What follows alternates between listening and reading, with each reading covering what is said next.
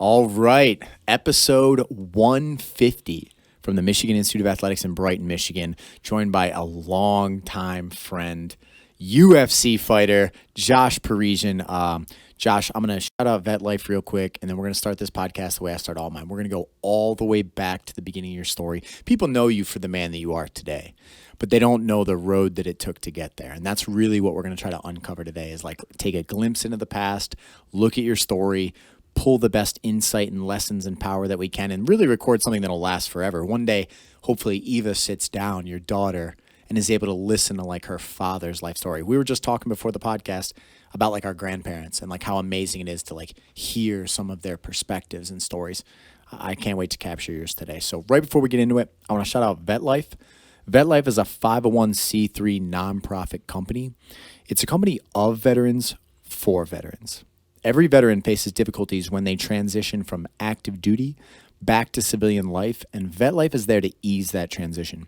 If you want to reach out to Vet Life, you can do so through Instagram or Facebook, or check out their website at vetlifetoday.org. I also want to shout out their Vet Fest, actually. This weekend, August 12th, they have a massive event going down here in Brighton, an incredible event for veterans. It's called Vet Fest. If you don't know what it is, jump online, look it up, reach out to the founder, Josh Parrish or Courtney Parrish. It's an incredible event. If you know veterans, I would try to get them there. And I mean, there's a lot of famous people going. Parisian was going to be there signing autographs for people, but, his fight got switched due to his last opponent's failed drug test. We're going to be in Vegas, unfortunately, but Darren McCarty is going to be there, a bunch of other high-level people. So I really hope they have a great event at Vet Fest. So let's take your story all the way back, bro. Let's not talk about the man that you are today yet. Bring me all the way back. Where were you born and raised? What was life like for you as a young man? Just as much detail as you can remember. Okay. I also want to say that we're not sponsored by Ghost Energy, even though we're drinking the exact same. But shout out to Ghost. You guys are killing it, all right? You're killing it. You want to sponsor the show, you just reach out to me because you're killing it. Actually, I wanted to start before I was even born, just because it's really interesting to me how I even got here and how many things had to happen in the right way for anybody. But I feel like mine is just like even, it's not two people who met in high school and fell in love and, had a child, and there's nothing like that. So I wanted to start with my grandmother's story. And actually it was really cool because I knew part of her story, but I didn't know a lot of it. Not as much as I thought when I asked her, because I called her before this to get some information, just to try to get everything and try to get my story straight. And she told me a lot of crazy stuff that I'm like, man, I had no idea about that. And I actually, after this, I'd like to sit down with her again and get more of that story. Like we were talking about, it's a good thing to get from your grandparents, just their whole story. And that's something great that they give you. And, their legacy lives on and their memory lives on. And so I'm going to do that for sure. But my grandmother, she was born in Farmington. She lived with her parents. They had a horse and stables, and she got married, had kids. My mom had my uncles, Scott and Ron. And she, she got a divorce. She met a new man who brought them to Germany he was in the military. And then while she was there for several years. She learned German. She picked up karate, and she's a black belt in karate, and she's won lots of tournaments. She was in a couple magazines. Her nickname was Lightning Foot. She was legit black belt. She got a divorce over in Germany, met another guy named Marty, who he was from Maryland. And after the military, he brought my grandmother and my mom and my uncles to Maryland. I think it was Frederick, Maryland. And they were there for a while. And then another crazy thing that happened is, actually, hold on. Let me check my notes real quick. I made all these notes. Let's see. Okay, no, sorry. She, okay, yep. Maryland. So my grandmother and Marty, who she moved there with Maryland, they split up. My grandmother started managing a Pizza Hut where she met a met a man named Charlie, and then my uncle Scott started working for him, and they became good friends. But then I think it was Charlie's brother ended up holding my grandmother at gunpoint and made her drive. He wanted to get out of town for something he was doing, something illegal. They drove all the way to California, and he was with some other people, drove her to California at gunpoint, and then she got there. He went to jail. She had no money, nothing. She got a job there, paid for the kids. So she kind of got a job, started a life there. She paid her father to fly them out, fly the kids out to California. My mom and Ron, Scott was old enough to live to where he was working at that point, and he didn't want to go there. And then my grandmother eventually moved back to Hedgesville, West Virginia, and that's where my mom eventually met my dad at a bar there. And my dad is somebody I've never really talked about in a podcast, and it's because at this time in his life he was an alcoholic. I don't even know if he was an alcoholic, but he drank a lot, and he was a very angry person when he was drunk, and it's hard for me to tell his story because later in life he became a really good person, somebody who I look up to and I admire a lot, and I never want to paint him in any light that isn't good. But Yeah, but honestly, if he got his shit together later on, it almost shows it makes it more impressive of a story, man.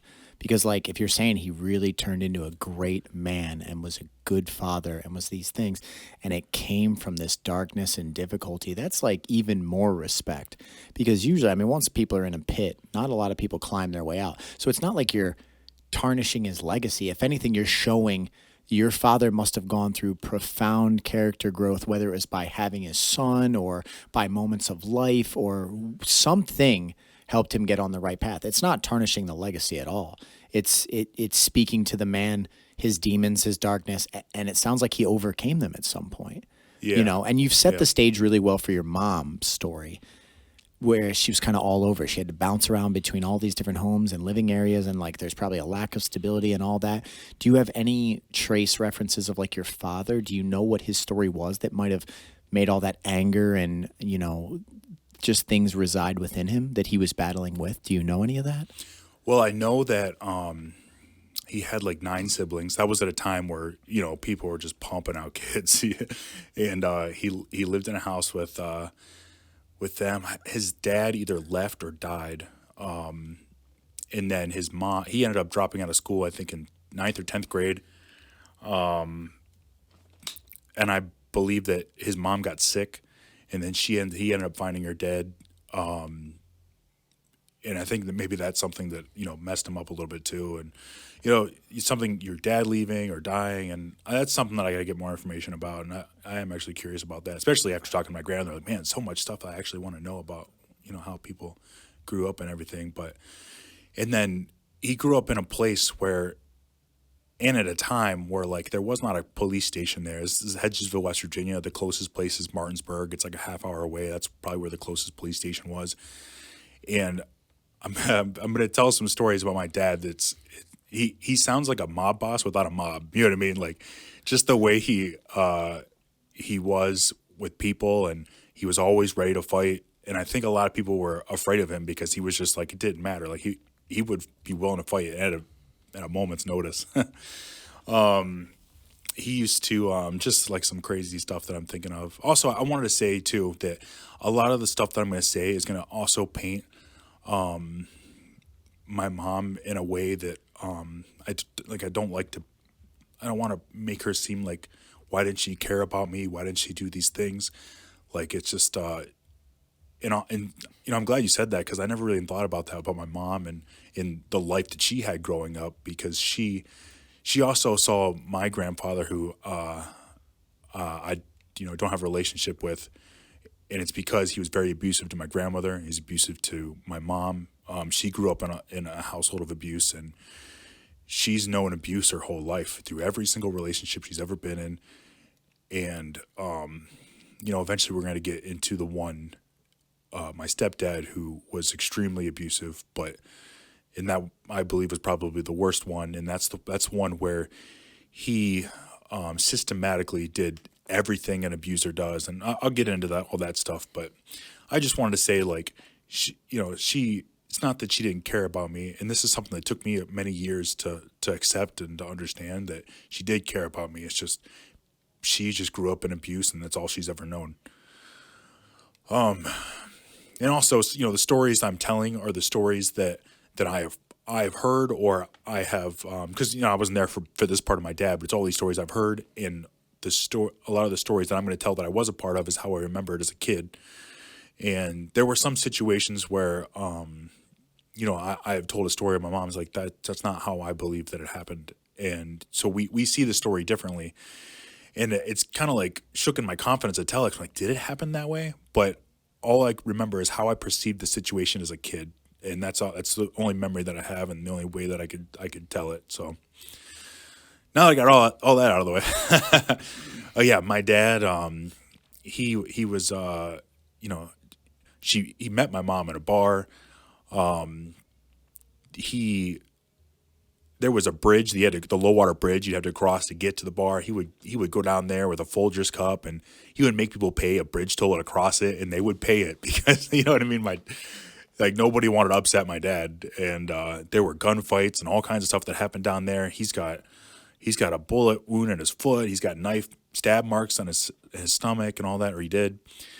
It was like a crazy place, and the police just didn't come there. It was just like wild, wild west. It was a wild place. My dad, he, I think he was dating my mom, but I know he was also with one or two other women at the same time. And when my mom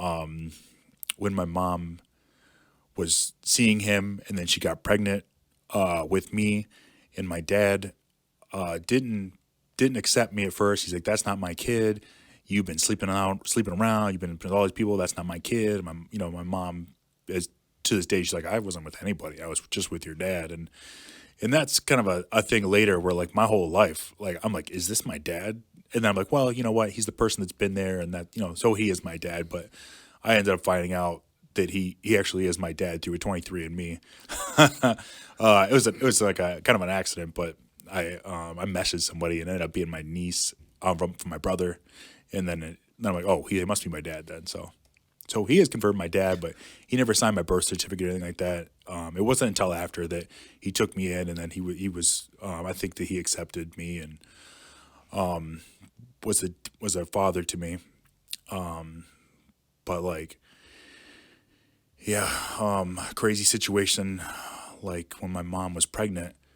And I don't know if this was because he found out she was pregnant or what the situation was when this happened, but like he was trying to shoot her, trying to kill her, and she was hiding, she crawled under his trailer, and he was shooting through the floor trying to kill her through the trailer, and she slept under the trailer through the skirting that night, and he was just drunk, and then that was that's the kind of stuff that he did. It was just crazy. And then I was born. He didn't accept me right away. My mom would come. My mom didn't always come get me every day she was supposed to, because I would be with him part-time and I would be with my mom part-time. But my mom got into a relationship later with a guy who owned a bar. He was a coke dealer, and then my mom was on coke. She got addicted to coke, and we'll get into all that of how that played into my life. But like sometimes she wouldn't show up to pick me up, and I'd wait out there. And you remember this? Is this from like? This is what I remember. You remember being at your father's house, and like, do you remember your experiences over there, and like the energy and the environments that you would be in there, and then like your mom not showing up, and then what it was like there? Can you you remember those as a kid? It's like there's like so many things that I don't remember even after that, but these are vivid memories that I had, and I think it was because like, I mean, I don't think maybe it's because my mom didn't really discipline me like my dad did. Like my dad whipped my ass for everything. You know what I mean? I got my ass beat, and I just wanted to go to mom's house because mom doesn't discipline me like that. You know what I mean? But I remember just like sitting on the concrete steps and just waiting, and this is the time that my mom was supposed to pick me up, and I'd be out there for hours. And I remember just like crying because she never showed up, and that was tough for me. And then I I don't remember this, but like my mom came to pick me up one day, and I don't know if my dad was pissed about her picking me up or upset that she never came and got me or whatever, but he just went and lit her car on fire, poured gasoline all over it, lit her on fire. Like that's just like crazy, and again, it's crazy stuff my dad did. And I mean, it really sounds like they were two incredibly broken people with all kind of chaos in their lives, and you were kind of trapped in the middle of the storm, bro. I yeah, mean, you were the little kid witnessing people how bad life can be for people. I mean, life can be absolutely atrocious, and not a lot of people experience this kind of life. And a little kid can't rationalize these things. You're just waiting on your mother to pick you up. Like mom said she's going to be here at 6 o'clock, so I'm going to sit here and wait on 6 o'clock. You know what I mean? yeah, You can't rationalize how broken people can be and how toxic environments can be and all that stuff. So like these memories, I guarantee you imprinted on your psychology a lot. And it probably plays throughout your story into the man that you became and, et cetera, et cetera. But yeah. are there any other vivid memories from that period of time that like have haunted you to this day or still stayed with you? I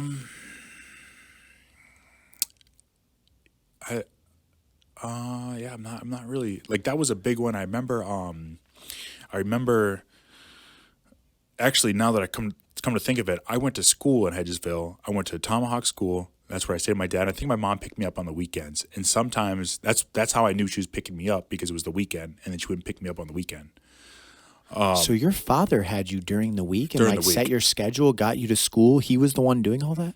He got married to a woman named Roxanne, and yeah, actually, I'm glad you said that because Roxanne had a daughter, Joanne, who had a son named Rage. His name is Rage. And Rage didn't. His father wasn't around, so he would see me call my dad dad, and then he started calling my dad dad, and then kind of a weird situation where my dad was a dad to him. You know what I mean? Even though he's more like a step grandfather. Even to today, I still call him my brother because he was my brother for that. You know what I mean? And I do remember like in our house there was just like porn everywhere. There's just yeah, I know it was crazy. It was just like movies and all that stuff. I remember being just a small kid, like seeing it on the TV, and then it'd be in magazines everywhere. And I know it's crazy. Your dad just had Just porn playing porn in the house? everywhere. Yeah, yeah. So he had a terrible addiction and something like that, or he didn't have morality or standards to like, you can't have this on while a child is here in the home. Yeah. It was your father allowing that environment. Yeah. But yet yeah. he was pushing structure and you got to do this, that, and the other thing. And because you said like he was kind of the structured one that would beat your ass when you're out of line, or do you not mean like good structure? There wasn't like. I don't remember that, honestly. I don't know if I had good structure. I remember I went to school, you know what I mean? But I don't know other than that. And I remember being very fearful all the time of getting my ass beat, essentially, you know what I mean? Like, especially with Rage, like if something happened with him, if he started crying, it meant instantly that I was gonna get, I was gonna get hit. And that was like a scary situation for me all the time. And I remember going to my aunt's house and breaking a vase on accident and just being there for hours, just scared. I'm like, I was an accident, but it doesn't matter. Like I'm gonna receive a beating for this. So he was physically abusive throughout your entire childhood, not just when he was drinking. When he got mad, it didn't matter. It was over. He would physically beat you. I would say no. I wouldn't say. This is like a weird thing where like he would just beat my ass, right? He wouldn't hit me in the face. He wouldn't hit me like that. It wasn't like that. And that's where like some people are like, whether it's acceptable or not acceptable. I'm obviously I'm against that kind of abuse or that kind of discipline. But like it would be, I felt like I would receive it when it wasn't warranted. Is where it was like a little, you know what I mean? Like I didn't do anything really. Like something just happened. There was an accident, and I'm fearful because like any sort of accident or anything, and then Rage would always, go say I did this and that, and then it wouldn't be like, did you do? It was just instantly. You know what I mean? I'm just like, so I was really afraid of it. Really scared of my dad. I mean, he's gone now, but like, if my dad was here, I'd still be scared of him. I'm in the UFC. I'm still scared of my dad. So how old were you? Like, how long were you under your father's care during the week, and your mother was just on the weekends? Like, at what age did that go until? I was in Tomahawk for kindergarten. This part is a little confusing me because I know I came to Michigan between first and second grade, but I went to Tomahawk. But then I also went to live with my mom. How did that come to be? Let's talk about that. Okay. Like, what timeline and how did that come to be? Because it sounds like your mom was just the weekends. Yeah. She was battling all kind of things in herself, probably difficult relationships, drug Yep. addiction. How do you then transfer to go to your mom? I don't know how I got there, but my mom was working in a bar called the Jolly Joker. The owner of that and the guy that was dealing coke, his name is James Bogard. He's gone now, but JB, everybody called him. He lived in Maryland. My mom lived with him, and I remember staying there, and I had to redo kindergarten twice because my mom just didn't take me to school, and I think it was she just didn't take me to school a lot of times, and then they're like he didn't go enough. He's got to do it again. I mean, and that's probably just her lack of structure and all the battles she's going through. Yeah. She wasn't able to get you. Now, Right. yeah, but wasn't your father in West Virginia? My father Is that where Yep. So, okay, so he's Maryland- he's in the Panhandle. So the Panhandle is very close. It's a tri-state area where it's Virginia and Maryland right next to each other. Got it. So it was actually very close. That makes sense, because I was starting to say, like, man, that could have been multiple hours. How is that working? Yeah. But if you're in the Panhandle, I know exactly where it is on the map. It was pretty close. Yep, So yep. your mom didn't live that far away. Exactly. Yep. Okay. All right. So Yep. you don't remember what caused the switch to go with your mother. No. But then how did your life change when that happens? Because first of all, now the fear of like physical assault should be gone. Mm-hmm. But then again, I think the statistics, and I could be wrong on this, but like the chance of being abused by a step parent is like 80 to 100 times higher for children than their regular parent, which comes up in your story. But when you first transitioned, you're around JB and your mom. Was the environment better? What was different? Was the lack of structure damaging to you in any way? Was it just safer, et cetera? Really try to describe that part. I feel like JB was actually very kind to me. He was a very nice guy. He was like really outgoing. I mean, he was I thought he was a good person from what I can remember. He had a nice house in Maryland, and but so my mom, I think he was dealing the coke, and my mom got addicted to the coke through that, and that's why we moved up to Escanaba, because my grandmother was up there. So wait, talk about what causes the move. Did your mom have like a really bad falling out or something? You guys have to, because like we're talking about West Virginia, Maryland. Yeah. And then Escanaba. That's a Yeah. big jump. Yeah. My grandmother ended up going to Escanaba because of a guy she met or something like that. Where she met a guy, and her mom was up there. So she moved up there because she thought her mom was sick, and then so she moved up there, and then that's why she was up there. And then my mom just like needed to get away from the coke, needed to get away from the drugs, and that's I don't know why her and JB broke up. I don't know if that was the situation, where she was just like, hey, I got to get away from this, or if there was some other thing that happened. That'd be a good question for me to ask her.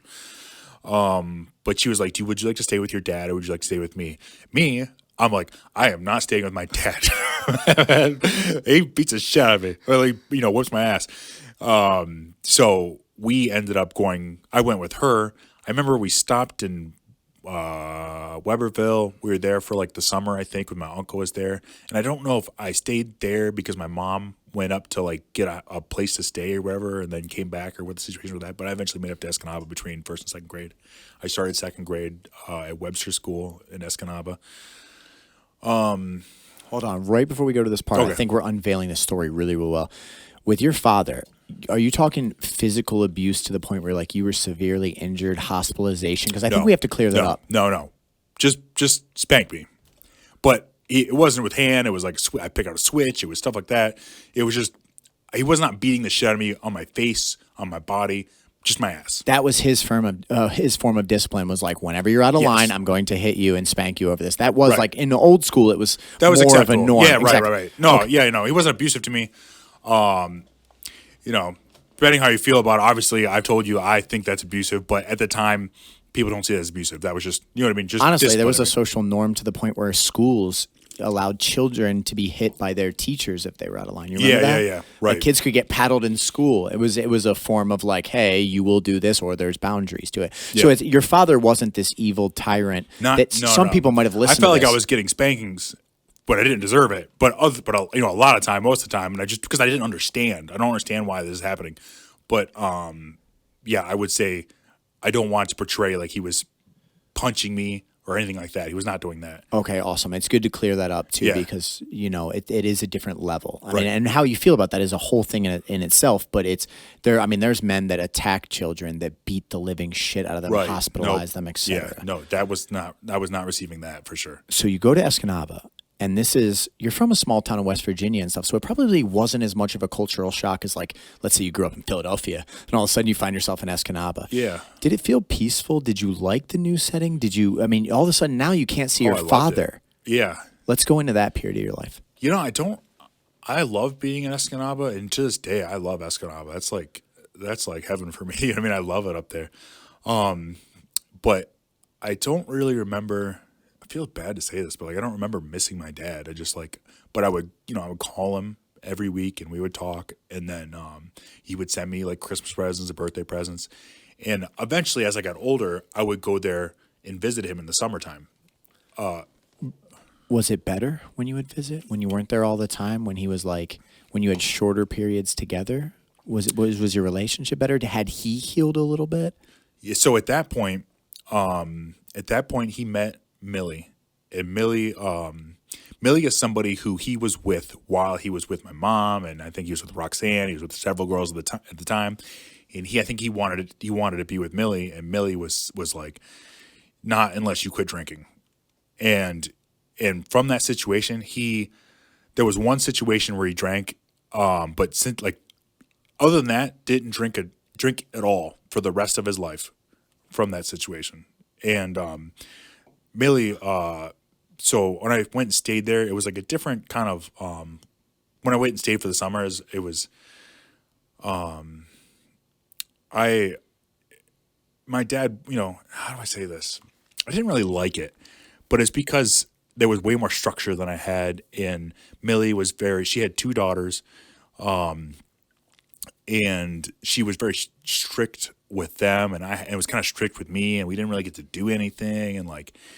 I came from a lifestyle where kind of jumping around here, but like where when I was up there, I could just leave the house and I could just go do whatever. And like, I would come back at night and that's it. You know what I mean? I things were really good for me when I first moved up there because I was living the life that I wanted and whatever I wanted to do.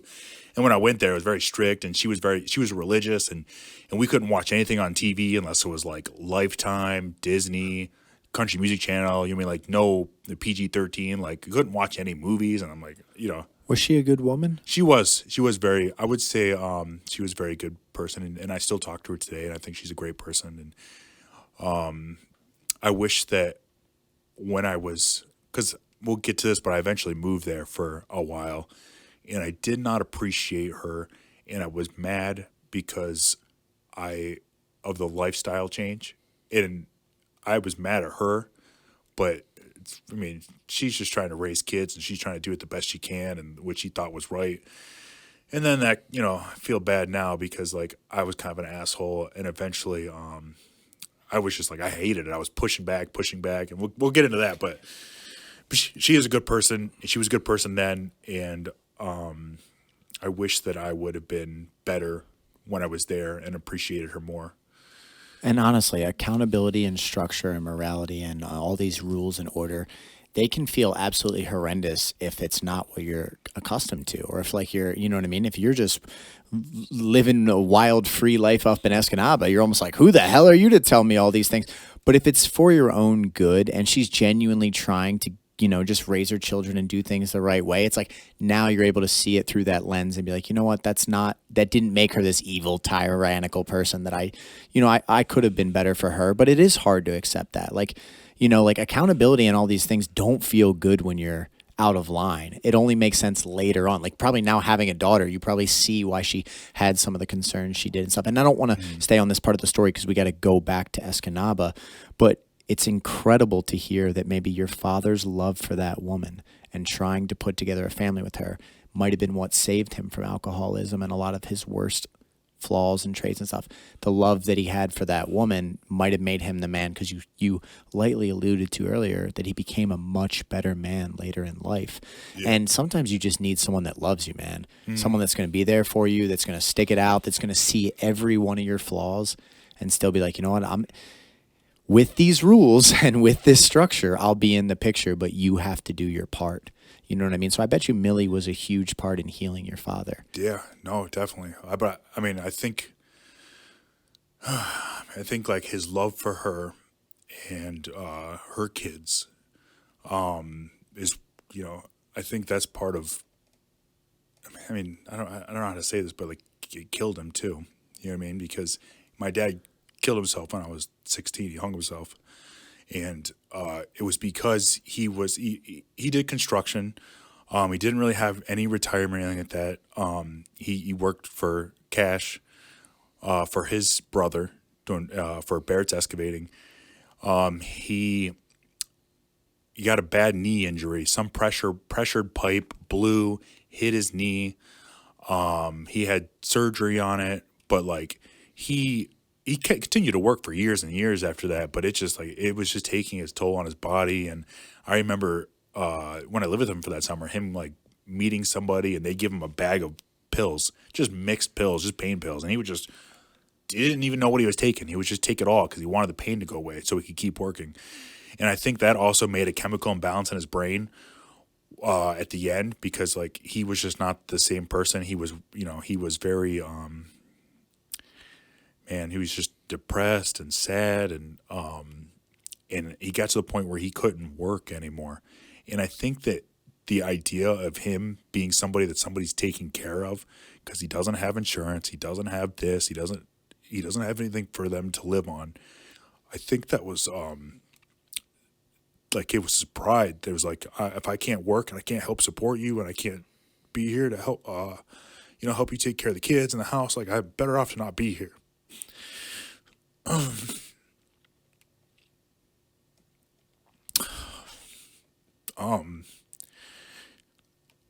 Yeah, I think it was his pride, but I think it was the chemical imbalance too from all the drugs and stuff like that, and him just not wanting to leave a burden on somebody. And if you look at your story and some of the moments, some of your darkest, most difficult moments, I think you've experienced shades of that. I've been sitting next to you when you've thought like, well, what if I'm a failure? What if I can't provide for my family? What if I can't? That is a burden that no man can handle. I don't care how tough you are. If you feel like the people that love and depend on you, you're not enough to be able to give them something, like that is a weight that is unbearable. You know what I mean? And like that's where, a lot of people are starting to talk finally about like men's mental health and how like us protectors and dudes that are supposed to just, bear it all with our chest and handle it all. It's like we have to change that a little bit, because those burdens will break anyone if you feel like you're insufficient in that endeavor. And I've seen it in you. I mean, I'm not going to go through those moments, but when you're like, listen, the idea that I cannot be what my daughter needs me to be in this world is unbearable. It really is. There's nothing that, you know what I mean, that will break anyone. Jen and I just got in an argument this morning, it was last night, but it finally like came to a head this morning, and it was a lot of it is just like my insecurities. And she's like, do you realize that every fight you have, like weeks before, you start to get insecure and you're worried that I'm going to leave and you're going to lose your family? And I get just like so worried about just losing everything I have. And it's like, I got to succeed. I got to win the fight so I can have money and I can pay for my family. And then I'm like, am I enough? And I'm constantly questioning, and am I going to be enough? And my logical brain knows that like she's not going to leave me if I leave. I'm not going to lose my family if I lose this fight. But something my lizard brain tells me you got to succeed or you're going to lose everything. And she's like 100% right. Like I'm like, you're right. That's every fight. And I'm like, why? I started feeling like really insecure. I'm like, it's been about 2 months now, but it makes sense. It's before my last fight, and then like insecure about like, are we good? Like, you're not gonna leave me. Like shit.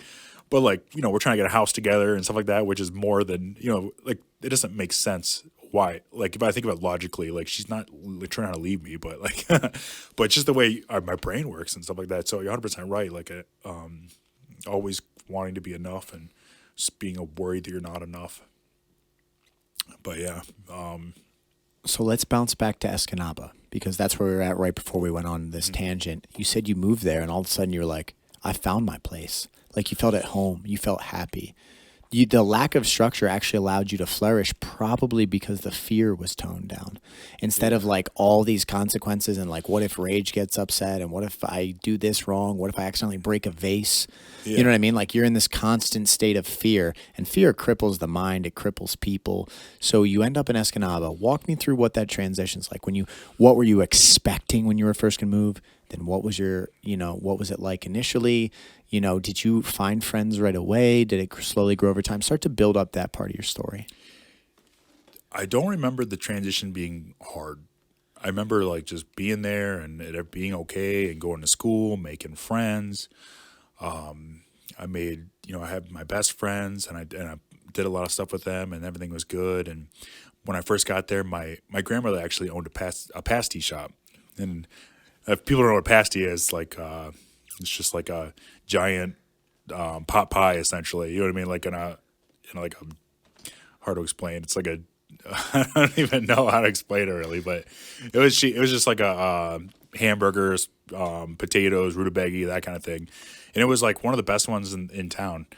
But that was cool. My mom started working for her there, and then we lived. I think we lived with my grandmother for a while, and then we lived with someone else that was related to us for a little bit, and then my mom eventually got an apartment.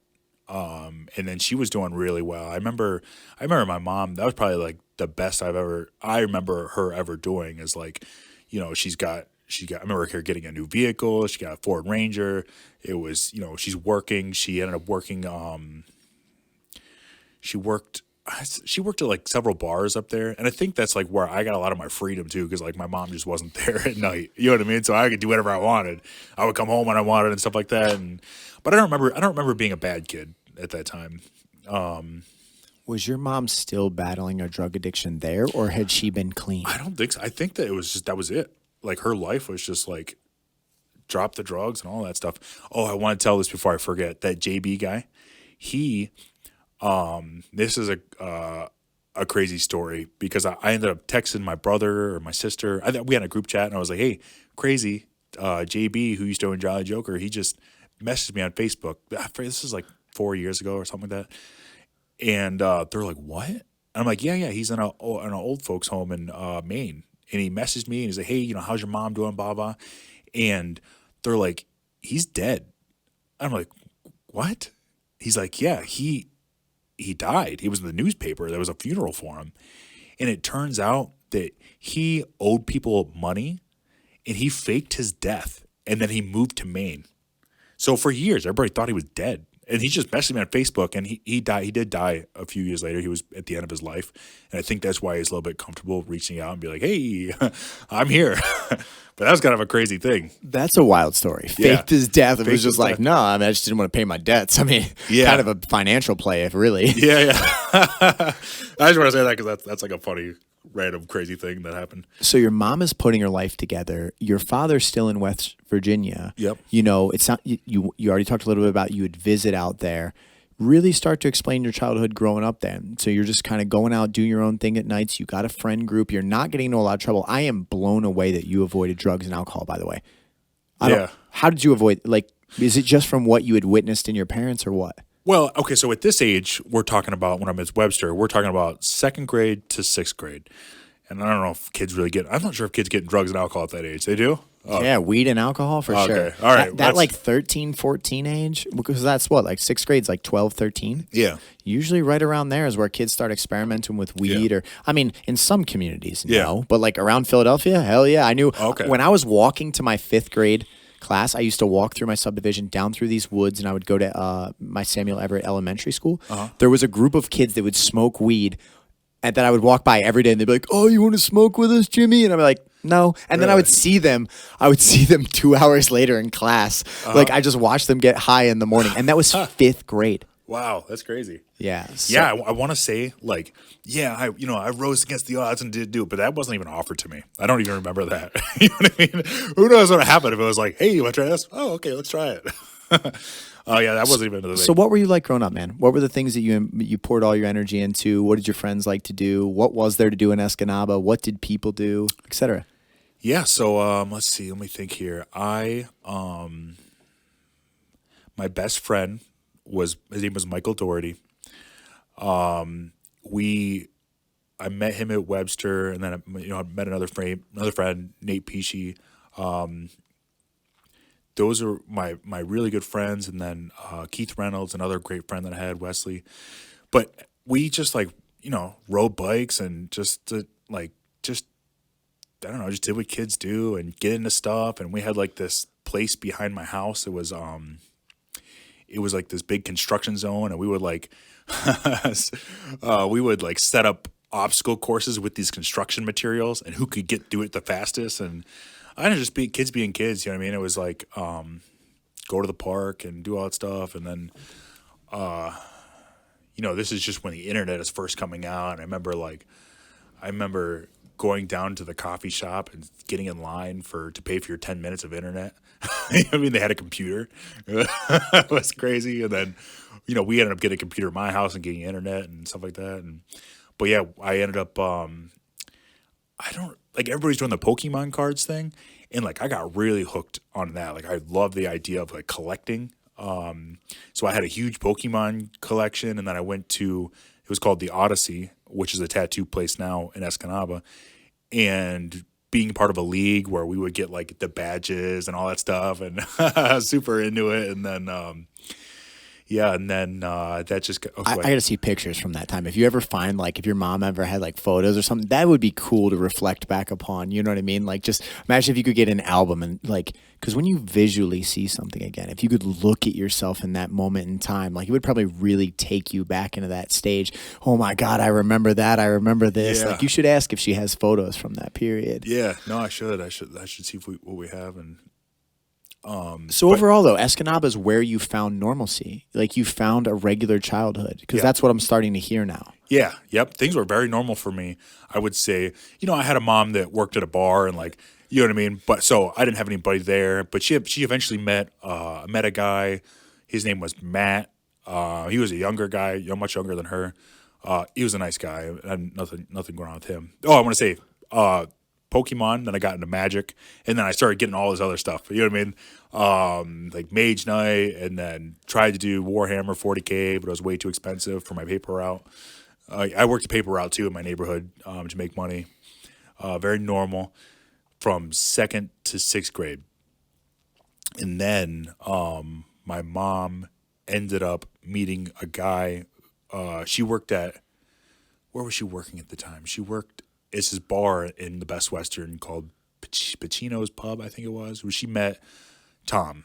This is the stepdad that is really going to be the turning point in my life where things go from good to bad. So you were in 6th grade when this happened? I was in 6th grade, yep. So yeah, you're not a baby at this point, because some of the times you had mentioned me before we did the podcast, there's some memories that I'm not really sure how I felt about it. Make sure they're right. Bro, if you're in 6th grade, your memory is probably pretty accurate for what you were living through. That's not you as a 1st grader trying to recall the intricacies of the past. Yeah. 6th grade, you can make sense of the world.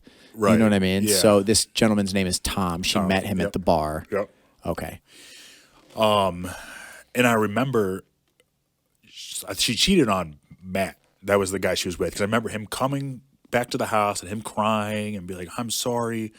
Because I think that she was working and she saw them in a car or something, and then he drove home and he's getting all his stuff and he was in tears and apologizing to me and just being some type of way, kind of being real emotional. I'm like, what's going on? And then Tom moved in with us, and then things at the beginning were very okay. Tom was super cool, and he was buying me stuff and not abusive at all off the rip. And that's how that's how it normally goes. And then he um and then he moved us. He moved us from our apartment, the apartment my mom had, to this was Escanaba, and he moved us to Perkins, which is about 25 half hour away. And this is in the country where there's like nobody. And then I had to switch schools. I went to Mid Penn, and this was, I can't remember if this is halfway through sixth grade or part of my sixth grade or seventh grade, but it's somewhere in that area. One second. Okay.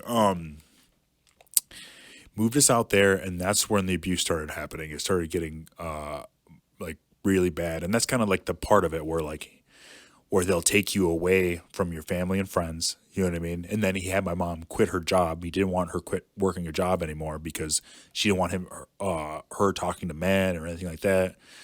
And then sold her vehicle. So all we had was one vehicle, which he would come and go whenever he wanted. And we were at the house with nothing, nowhere to go, anything like that.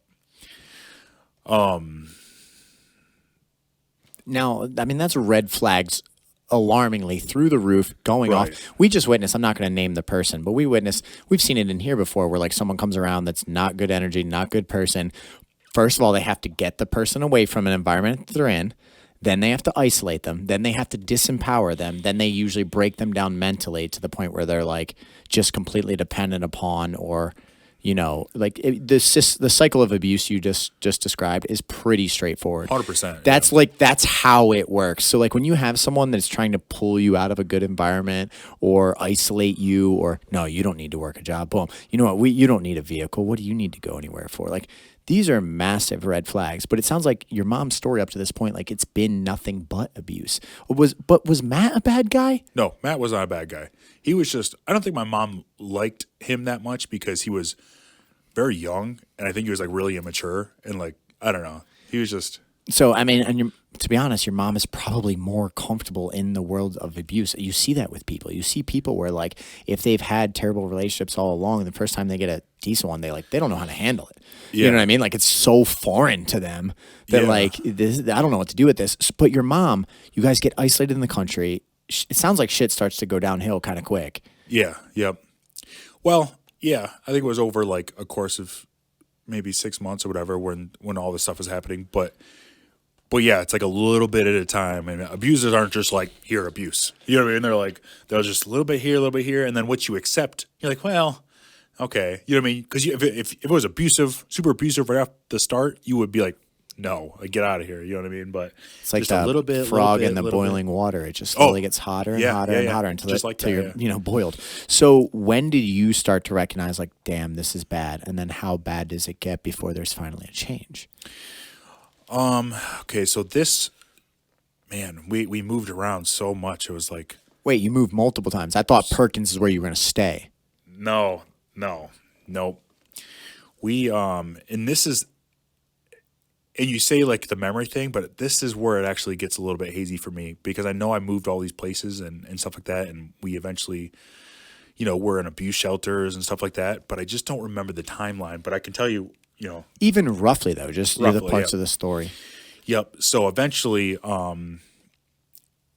also I want to say Tom was not physically abusive to me. It was all mental. It was very mental. It was beating us down, beating me down. And this is my mom's story but some of the things that he did to her, the story she could tell better, he would drive her out to the woods, and if you ever leave me, I'll cut your throat, all this stuff. He would drive her out to his uncle had a pig farm. He's like, I'll kill you. I'll throw you and your son to these pigs, and they'll eat you and leave nothing but the teeth or whatever it was he said to her. And he would threaten death on her and me all the time. And he would it's like just like every day of like somebody calling you, you fat fuck, and just trying to break you down and beat you down and make you feel like you're just like worthless, you know what I mean? And Do you know where that was coming from? Is this just an angry, hateful man? Was this like there? Okay, there's a child in his house. I mean, not a child at that point in age, sixth, seventh grade. You got this woman, and so he would just come home and just tear you guys apart, and that's how he lived. Well, I don't know. I guess I think he was abusive his entire life. You know what I mean? Because later on, and I'll tell you this now, he eventually tortures my mom for like 15 hours straight, and he gets, the cops chase him. He goes to jail. He was gonna like they were gonna go to court, and then they had 10 women, I think it was 10, come forward and willing to testify against the abuse. And he wanted one of the girls off of the sheet, and they wouldn't take one of the girls off the sheet. And he took a plea deal because of that. So whatever he did to that woman was really bad. He did not want her to come forward. But yeah, that's going. Yes, but this is a psychopath that like eventually the law caught up to, and he's lucky he's not dead. To be honest, you know what I mean? He's been a man that's been abusing people his entire life. So, and a con artist. He's never had a job since I've known him. I don't know how he makes money. I'd like to ask my mom, like, how did this guy make money? I had to been like selling something or doing something or whatever. Yeah, because you guys were stuck at the trailer or wherever you were living, and he's just leaving and then comes back. Like, what is he doing? Yeah. I don't know. But he would take my mom too, and I would be out there, and then. So just walk through that period of your life with Tom. Okay, so let's see. We were at Mid-Penn. I went to Mid-Penn. We were in Perkins. There was he was abusive. He would get in my face, and he didn't like spit in my face, but he would always get so close to my face to scream at me that spit was hitting my face. But he never hit you, never physically assaulted you? Only one time he did. He punched me in the ribs and stuff like that. I'll get to that. That was. Yeah, I don't want to expedite you, so let's just work through this part of your life story. Did not hit me, did not spank me, did not do anything like that. It was all like mental abuse. Okay, so we were there, and then my mom eventually called my uncle, who came and got us. My uncle Scott, who lives in Weberville, he came with a U-Haul, told her like, "Hey, we're in a bad situation up here. I need some help." Blah blah. He comes up there. We grab, our things. We leave. Is Tom there, or did this all went down like snuck you guys out? I think Tom was there, and he just didn't do anything because Scott was there. Yeah, usually people like that are fucking cowards. Yeah, Scott is big too. He's a big guy. You know what I mean? He's probably the closest person to my size in my family that I know. Well, so yeah, we leave, and we had 2 dogs there, which eventually he shoots both of them right there, and because he's pissed that we left, he kills both the dogs, and that was like sad for me. Sandy and Peanut, their names were. We come down to Weberville. We're staying with Scott. He lets us stay at he had like a little body shop that had a little house attached to it across from the post office there. The body shop, it was called. We stayed there. Tom comes down, maybe, I don't know. I think it was only a week or 2 in that area. And the only context I'm missing is how long was your mom with Tom? Like, are you still in 7th grade? Was this in a very small window? Was this like... This was about... I think she was with him for about a year and a half at this point. So you're in like 8th grade, 9th grade. You're about to be in a high school type deal? Because he came into the picture in 7th grade. 7th or 8th grade. Got it. Yep. He came in the picture 6th grade. In 6th grade. Okay, got it. So then 7th or 8th grade, you're back down in here. You're in Weberville. Tom comes down. Yep. He ends up, making up with my mom. I'm sorry, blah, blah, blah. I'm going to be a changed man or whatever. Yeah, 100%. And then we're here. We're living here for a little bit, and then he moves us. We end up moving back to. So I went to school at Weberville. Then he moves us back to Gladstone, which is the next city over from Escanaba, and then I'm going to school at Escanaba. I go to Escanaba Middle School. So this happens very fast. I'm in 8th grade, and then I go to from there. this is something I should have wrote out and try to think about it beforehand because it's a little hazy. And then, because at some point, we do go to the abuse shelter, and I think it's twice we go there. I for sure know the one time when we were there, for a long time. We were there for several weeks, but I went to Escanaba, and then I went to.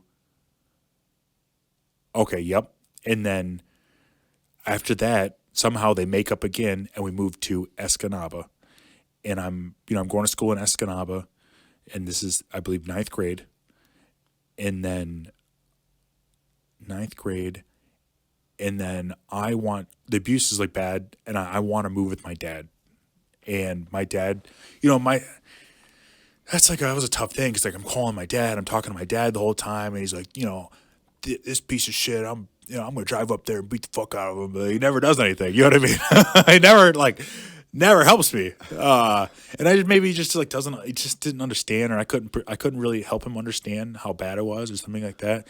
But he eventually lets me move there, and I lived there go there for a school year.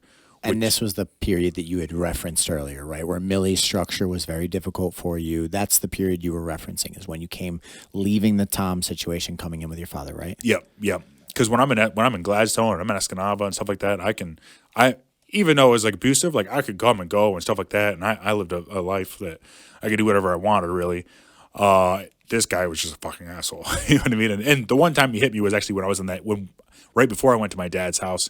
I remember like the dog did something that upset him because we got dogs again, and I remember him grabbing it I'm like, I love the dogs. He grabbed the dog by its hind legs, and he slapped it into the back into the wall where like it met at a point, so its back hit the point, and it's just the dog is like doing this and screaming, and I went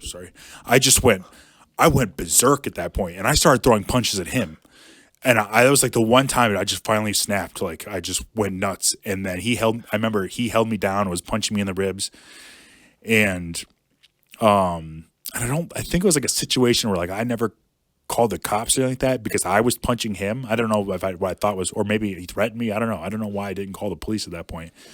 But also, I'm getting to the age too where I start firing back at him. Like he's in my face and I'm screaming back. I'm like, I'm saying this and that, and I'm being an asshole back, which makes it worse and it elevates, and then it got really bad. You know what I mean? And there's a lot of things that happened in the past that have I've had problems as an adult, and that's kind of like one of the situations where like whenever I would get into a fight, which I'm much better now, and I've had a lot of help with that. But like whenever a fight started, I would go 0 to 100 because that's whenever there was some sort of disagreement or anything that he wasn't happy about, like it's 0 to 100. It is screaming in your face. It's this and that,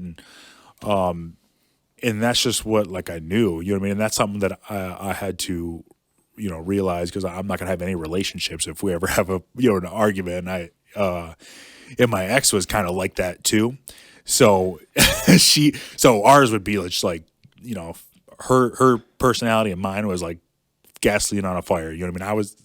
I was the fire, she was the gasoline, just going crazy. So I didn't have to fix it there because she was already like that. And then I got in my relationship with Jen, and we would get a disagreement, and I would go to freak out, and she's like, what's happening here? I'm like, I don't know, I thought we were about to fight. You know what I mean? And her and I have gone to therapy and stuff like that, and like I just don't do that anymore. And it's like it's helped me out a lot, figuring out some things in my past that I was really bad with, and so that's good. And especially able to fix that before I have a daughter, and then she gets to see these bad things, these bad habits from me, and then it just goes on forever and ever. And so it was nice to be able to break that before we had her and stuff. Let's see, Tom. So I'm in Escanaba. I want to stay with my dad. And I think it was that dog situation. Dude, I can't even picture that because I'm like an animal lover too. You slam a dog into a corner of a wall in front of me. Yeah. Like, even if I can't beat you in a fight, we're fighting. Like, Yeah. and you probably have to fuck me up because like that is such a horrific thing to witness. 100%. Probably played in your brain 20,000 times after. Like, Yeah. And I don't know why, but I'm a very empathetic person. And I think my mom is very empathetic, right? And I think maybe I get that from her. But also like, I think another reason why I'm empathetic is because like I was in my mind I was able to be very poor me because I knew that what was happening was wrong. You know what I mean? And I think that's a big reason why I didn't, eventually turn to drugs and alcohol, and I didn't continue the cycle and all that stuff. And it's because in the moment when it was happening, I knew it was wrong. It didn't happen. It happened at a point in my life where I knew that this wasn't right. And so yeah, it was the Boston Terrier, so it wasn't a real big dog, you know what I mean? And that was crazy for me. And then I ended up moving. I think that was the situation, the catalyst that brought me to my dad's house. And then that was like I said, it was very structured. I went and worked with my dad, which every summer before that I would leave to stay with my dad, and I would work with him doing construction and doing excavating and stuff like that. And but yeah, I was there with my dad, and then I went to school there, and like I think it was just like the structure of like just not liking it, not being able to do anything, and not be able to go out, and because we weren't really in an area where I could just go ride a bike either. We're kind of in the country, and then it was like a note passing time. Like, I didn't have a phone yet. We were just passing notes, and I was, talking to girls and stuff like that. And like, I remember one time I was talking to a girl that was an upperclassman, and she drove me home, and like that was a really big deal. And they were pissed about that I didn't take the school bus home. And actually, this is kind of funny. Like, the one time my dad ever like hit me, it was actually with an open hand, but he was just slapping the shit out of me. It was one day where, because I'm rebelling at this point. Like, I'm sick of this structure and this things I'm not allowed to do and not allowed to do. And it was kind of cold out one day, and I was wearing shorts. And Millie's like, "Oh, it's too cold. You gotta put on pants." I'm like, "No, I'm not doing that." She's like, "Put on pants if you're gonna go outside. It's cold out." I'm like, "No," and she's like, "Dog." My dad comes out, and he's just in his tighty whities, you know what I mean? He's like just his underwear, belly hanging out, just like, he's like, "Put on your shorts," and I'm like, "No."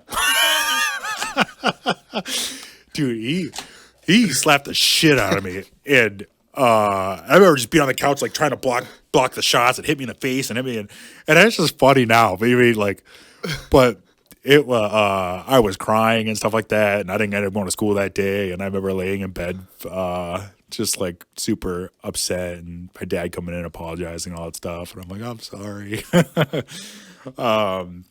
I don't know. That guy, that's a funny story. Yeah, I dude. know. It's more funny than it is like abusive for me. I mean, No. like, no. He's like, all right. All right. You choose the hard way. Oh my God. Yeah. And he was like, I know that he really like wanted to, never wanted to be in any sort of argument or anything with Millie. Like, he's always trying to make sure things are kosher at home. But like when I was driving around with him and stuff like that, like, it would be like, "Don't tell Millie, don't tell Millie." You know what I mean? Like, but when he was home, he was like a certain way. When we would go out, you know what I mean? Like, we'd be going to like people's houses. He's going to like this house where all these druggies are, where they're stealing chainsaws and shit. And he'd buy these chainsaws from these people and all this lawn equipment because they just went in the store and stole it. You know what I mean? And, yeah, he was just like, he still had like that hood, that redneck, whatever it was in it, whatever he had in him, it was still in him. You know what I mean? He quit drinking, but we would still go to some shady fucking places when I was with him. But yeah, so the thing that ended up making me move back is there was a girl that I was talking to, and then she wanted to have sex, and she was like writing all these messages to me and stuff like that. And then I have all these notes, and I kept them in a shoebox. And and then she eventually, like, well, if you can't come, I'm like, I can't go over there. Like, that's my life is not set up in a way where I could just do that. And then she was like, well, meet me after lunch at the band hallway. There's a bathroom there, and we'll do it in there. And nobody ever goes in there. I'm like, okay, let's do it. You know what I mean? So I skipped the class and I go in there with this girl. And we're like making out and stuff before we get in there. And then we go in the bathroom and we're messing around. We go back to our classes. By the end of that class, I get called down to the office, and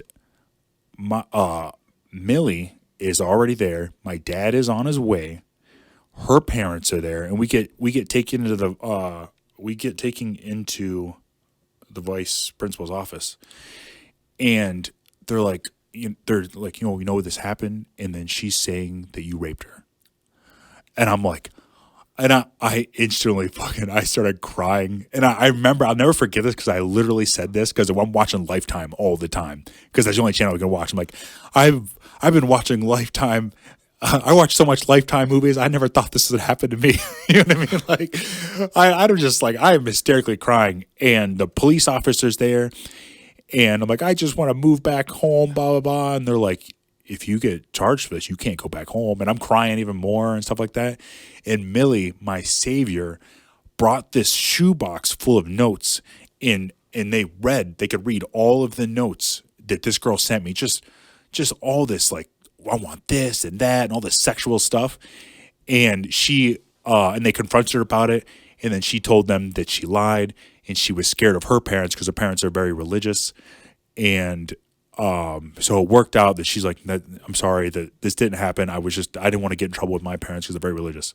Without the shoebox, you had the Me Too movement happen to you as a falsely accused man. Dude, yeah. My whole life, who knows what happened? Bro, you could have ended up in prison and been a rapist for the rest of your life. I mean, can you imagine if you did not have that evidence to show that, like, because that woman could have suppressed and buried the, like, out of fear of consequence from her parents, have just been like, no, that's what happened.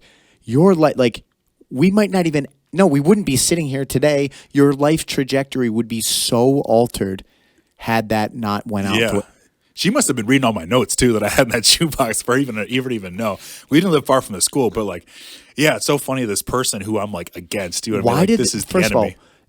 I mean, was it just the fear of her parents? Because like, man, you would have destroyed that man's life to a level like rapist. You can't come back from that. I know. It's crazy. Like, she wasn't thinking about it or whatever. But that was a really scary situation for me. So you dodged a bullet there, but it was enough of an impact that you decided to go back to Escanaba? I got expelled and she got expelled for the rest of the year. You didn't do any. Wait. Oh, because you still hooked up in the bathroom. Yeah. Just because I didn't. Yeah, I was still. Okay, it's still wrong. Okay, yeah. Let's backpedal that. Having sex in the bathroom at your school is still incorrect. Okay, now it makes sense. All right.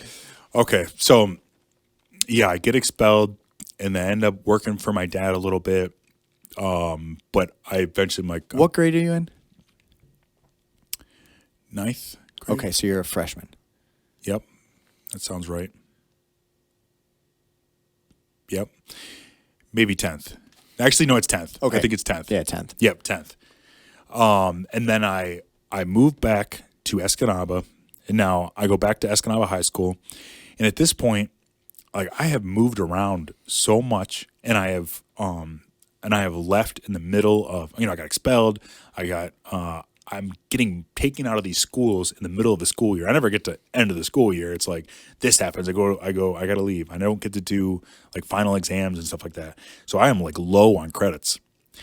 So I have to go to a alternative school. And now I'm at, it's not there anymore, but I think it was Fitzharris. It was in Wells. It's like right next to Escanaba. I was living in Escanaba at the time. And then, I'm getting credits there, and then they're letting us do college courses from there, which I'm also getting credits for. Which it was dual enrolled. I think it was called dual enrollment.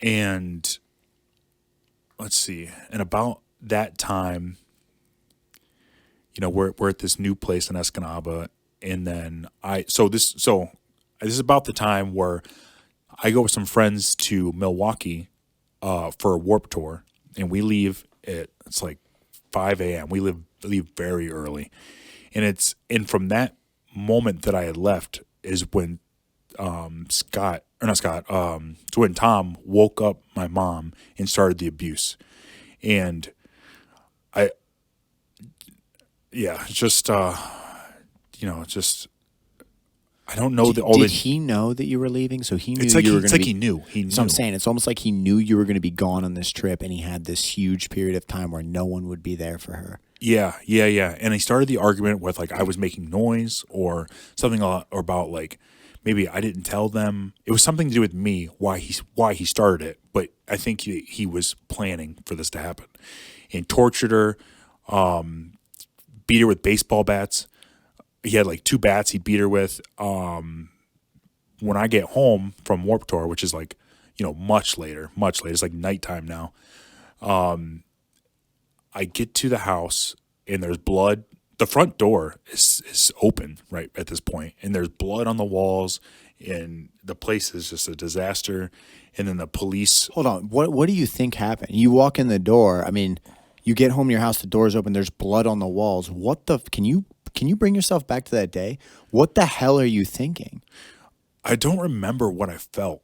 I don't know what I was thinking. I remember what I was thinking, but I know, like the way I felt was just like, I don't know. It was just like my brain just like what happened? What's going on? You know what I mean? Like I didn't really I don't remember not coming to a conclusion, but very quickly I was told by a police officer that, hey, your mom is she's in OSF, the hospital. She's there. She's got some things that are broken in her ear, like some sort of things she was hit in the ear and it was messed up, and because she eventually had to run out of the house and escape, and she escaped him and got to a phone, and then the police chased him down, and then they eventually caught him and stuff like that, and then he went to jail, and he went in from this situation.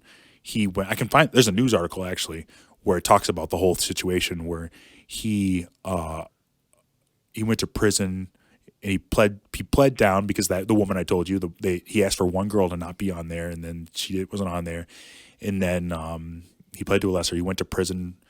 I don't know, it's like maybe 4 years, I think. But your mom was like terribly fucked up, hospitalized, broken bones. I mean, if you're hit with bats and stuff, she was brutalized. You had to see your mother in that condition. She didn't have any broken bones. There's a bone in her ear. Something in her ear was broken, but she was messed up, yeah. And how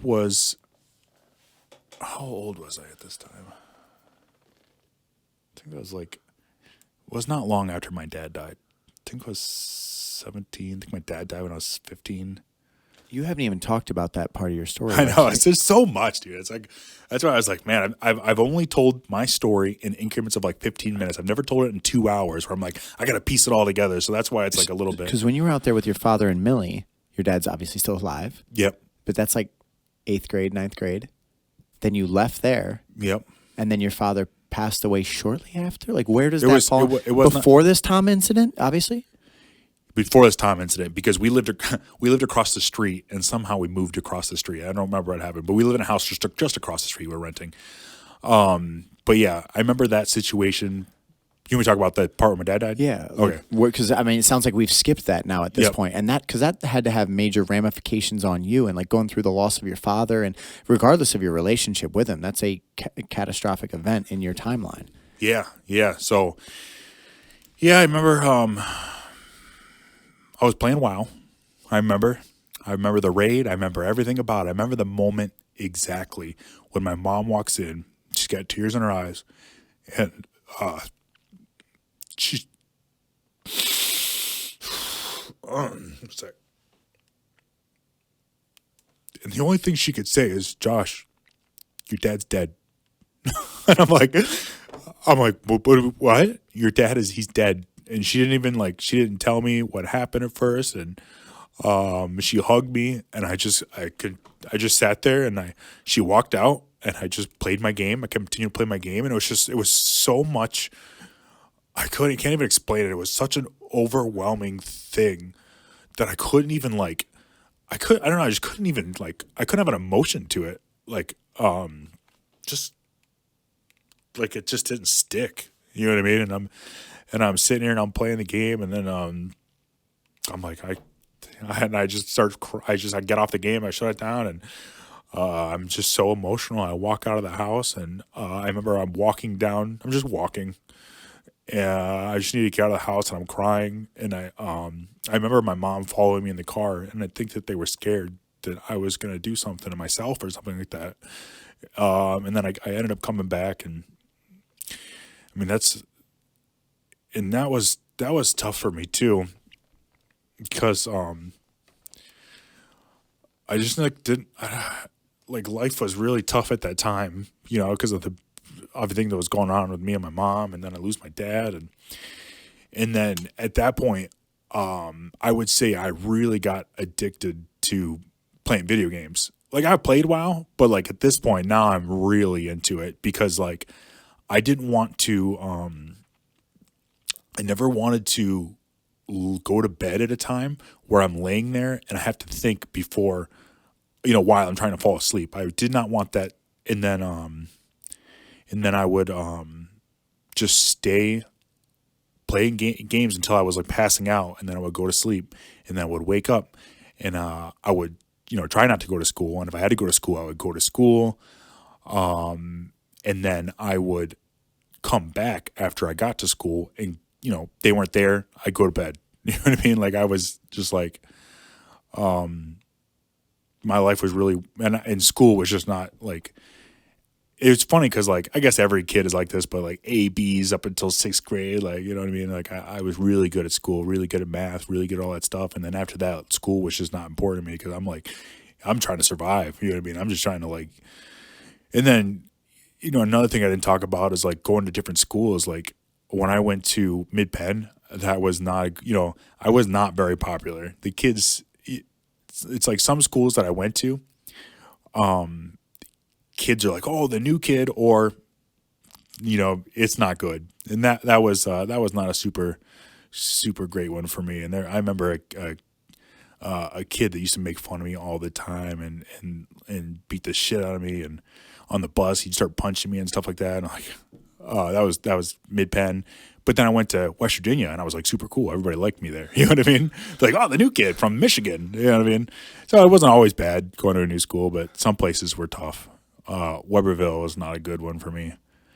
So now, I mean, because I'm trying to picture this, you lose your father, who is your protector, and I don't care how difficult of times you had with your father. Every young man that I've ever met holds their father in some regard. You know what I mean? It's like it's your father.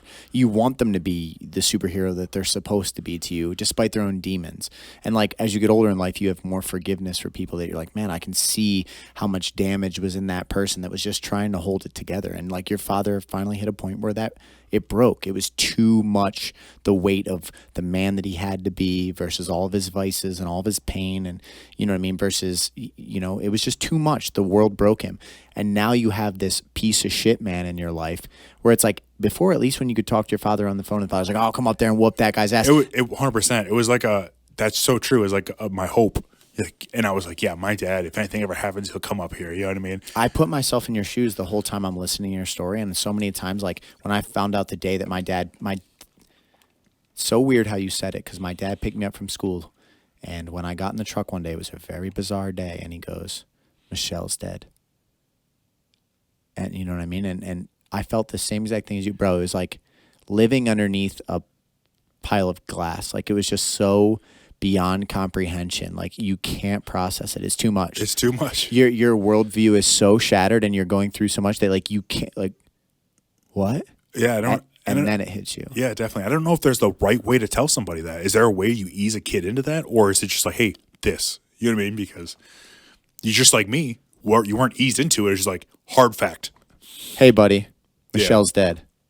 Yeah. And it's just like, what? And now all of a sudden your entire worldview is smashed, shattered, and you have to put the pieces back together. Like, what the fuck does life look like now? How do I go on from that? What, you know what I mean? And like, and then, yeah, it's a catastrophic falling event. At least it was for me, where when all the emotions hit you, it's just this like, you know what I mean? Like it's indescribable. Yeah. Unless you've lived through something like that. So now all of a sudden you no longer have that man that like you said, in the background of your mind, I was already living through your shoes while you tell the story, being like, oh yeah, well, my father, like, he's looking out for me. Like, you push the lines too far. Like, my father will come do something about this. Yeah, that's goal line defense. 100%. Like, you know what? It's the Hail Mary time. Let's handle this. Yeah. Now your father's gone. This guy Tom is still in the picture. Yeah. You're coming up on, you're in your junior year. You know, you had to leave Millie's and everything because of that wild incident that goes down. Mm-hmm. You know, I guess just build up through the rest of high school. But like, when your father died, did things get horrific with Tom? Does, et cetera, et cetera? I think things. I don't know. Like, as I got a little bit older, I feel like the things got a little bit better for me, but worse for my mom. Kind of like, I think it's because the pushback and me like getting in his face, I keep saying, like, I'll call the cops. I'll call the cops. You get me, motherfucker. You know what I mean? I'm like getting upset, and I'm pushing back now. I'm getting older, but he was still doing very abusive things to my mom and stuff like that. So we're at the point of the story where that Warped Tour thing goes down. He goes to prison. Yep. So actually, before this, I wanted to say so my dad dies. We move across the street. They end up leaving. They move, and I think they moved downstate for like 3 or 4 months.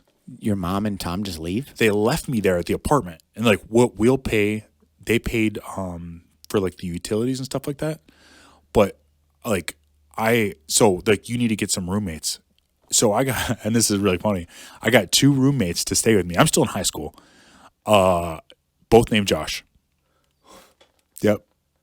Josh Grenfell, Josh Aiken, great friends, love them. You know what I mean? But it was just so funny. 3 Joshes in one house, and now I'm getting Social Security money from my dad dying. I think it was like $500 a month, which was like a lot for me. But I was living off that. I was using that to get my food, and those guys were paying my mom, and she was paying the bills with the money that they were paying. So it was just us living in this. You know what I mean? And they're older than me, so Josh. He worked at Walmart, and the 3 Joshes, confusing. Josh Grenfell worked at Walmart. The other Josh worked at Wendy's. I was still in high school. And then they eventually come back, and then, the other Joshes move out. And then shortly after that is when that situation happened, with Tom, or the Warped Tour thing.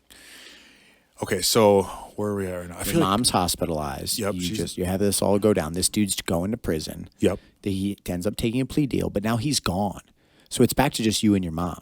Yep. Right? So unfold the story from that point.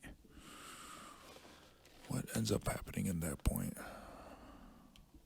What happened after Tom was gone? Was life better? Did another man come into the picture? Sorry, Are you still in school? I'm trying to think of. There's other things that happened too that I'm trying to add before this happens too. Like, I ended up getting a job too. I was like 17 at this time. I get a job with just to help pay for things, because I'm dual enrolled in high school and college. I'm at this alternative school when I'm before this whole thing happens. I get a job at FedEx. I get a job at FedEx. And I work I go at 4 a.m. and it's like 4 to 7 a.m. unloading semi trucks onto that. So I get a job there. I eventually didn't get fired from the job. This is the only job I've never been fired from a job. It's the first job that somebody came out, and I'm too young to understand that they want me to quit so they don't have to pay me any unemployment. But he's like, hey man, you could we could either fire you or you could quit, and it's gonna look better if you quit. Because I just was not. Every day I would show up late because I'm a young kid and I'm trying to get to work at 4 a.m. or whatever it is, and because you gotta load the truck so they can go out and deliver the packages. But yeah, that's not really relevant to the story, but that's just part of my life that happened. And then another thing is I also worked at Drifters for a while. That's a restaurant up there. If you ever go to Escanaba, go to Drifters. They have the best breakfast. But my grandmother managed there, and that's another thing. My grandmother was she was another person that was like amazing and always helped me out, and she was always there for me, and like, she can't take me from the situation, but she was always somebody that I could go to her house or anything like that, and she would help me out. And I remember we were at and I was in 6th grade or 7th grade, like Tom and my mom, they filled the fridge up with groceries, but they just left for weeks. I'm like, how old are you in 6th grade, 7th grade? Not very old, you know what I mean, like 12, 13. So I'm at this house, and I'm scared to be at this house because I'm in the country. You know what I mean? I'm just scared because it gets night out and the dogs start barking, and it's just scary. You know what I mean? I hated it. But my grandma would stop in because she lived not far from there at night, and then after work, and she would bring me food that from the kitchen from Drifters and stuff like that. And that kind of helped that a little bit, and that was nice, like my savior in that situation. Okay, now I keep going back because I'm missing stuff. It's just so much has happened. Going back to the point where that happened with my mom. I don't remember. That's the point where like I don't really I'm not sure where my mom is at this point. Like she moves, I think. That's something I got to find out. But I do know that I was in high school. I was dual enrolled, and then I started going to college at Bay Community College. I was there full time now. And then while I was there, the school got back to me like, hey, you can't graduate. You're missing a science credit. So I don't have a high school diploma. I never got it. I'm like, well, I'm not getting it then because I'm already in college, right? So I was going to college I started out wanting to be a cop, criminal justice. Kind of a weird situation with the teacher. Like, teacher was pretty much just like, the instructor was like, you don't want to be a cop.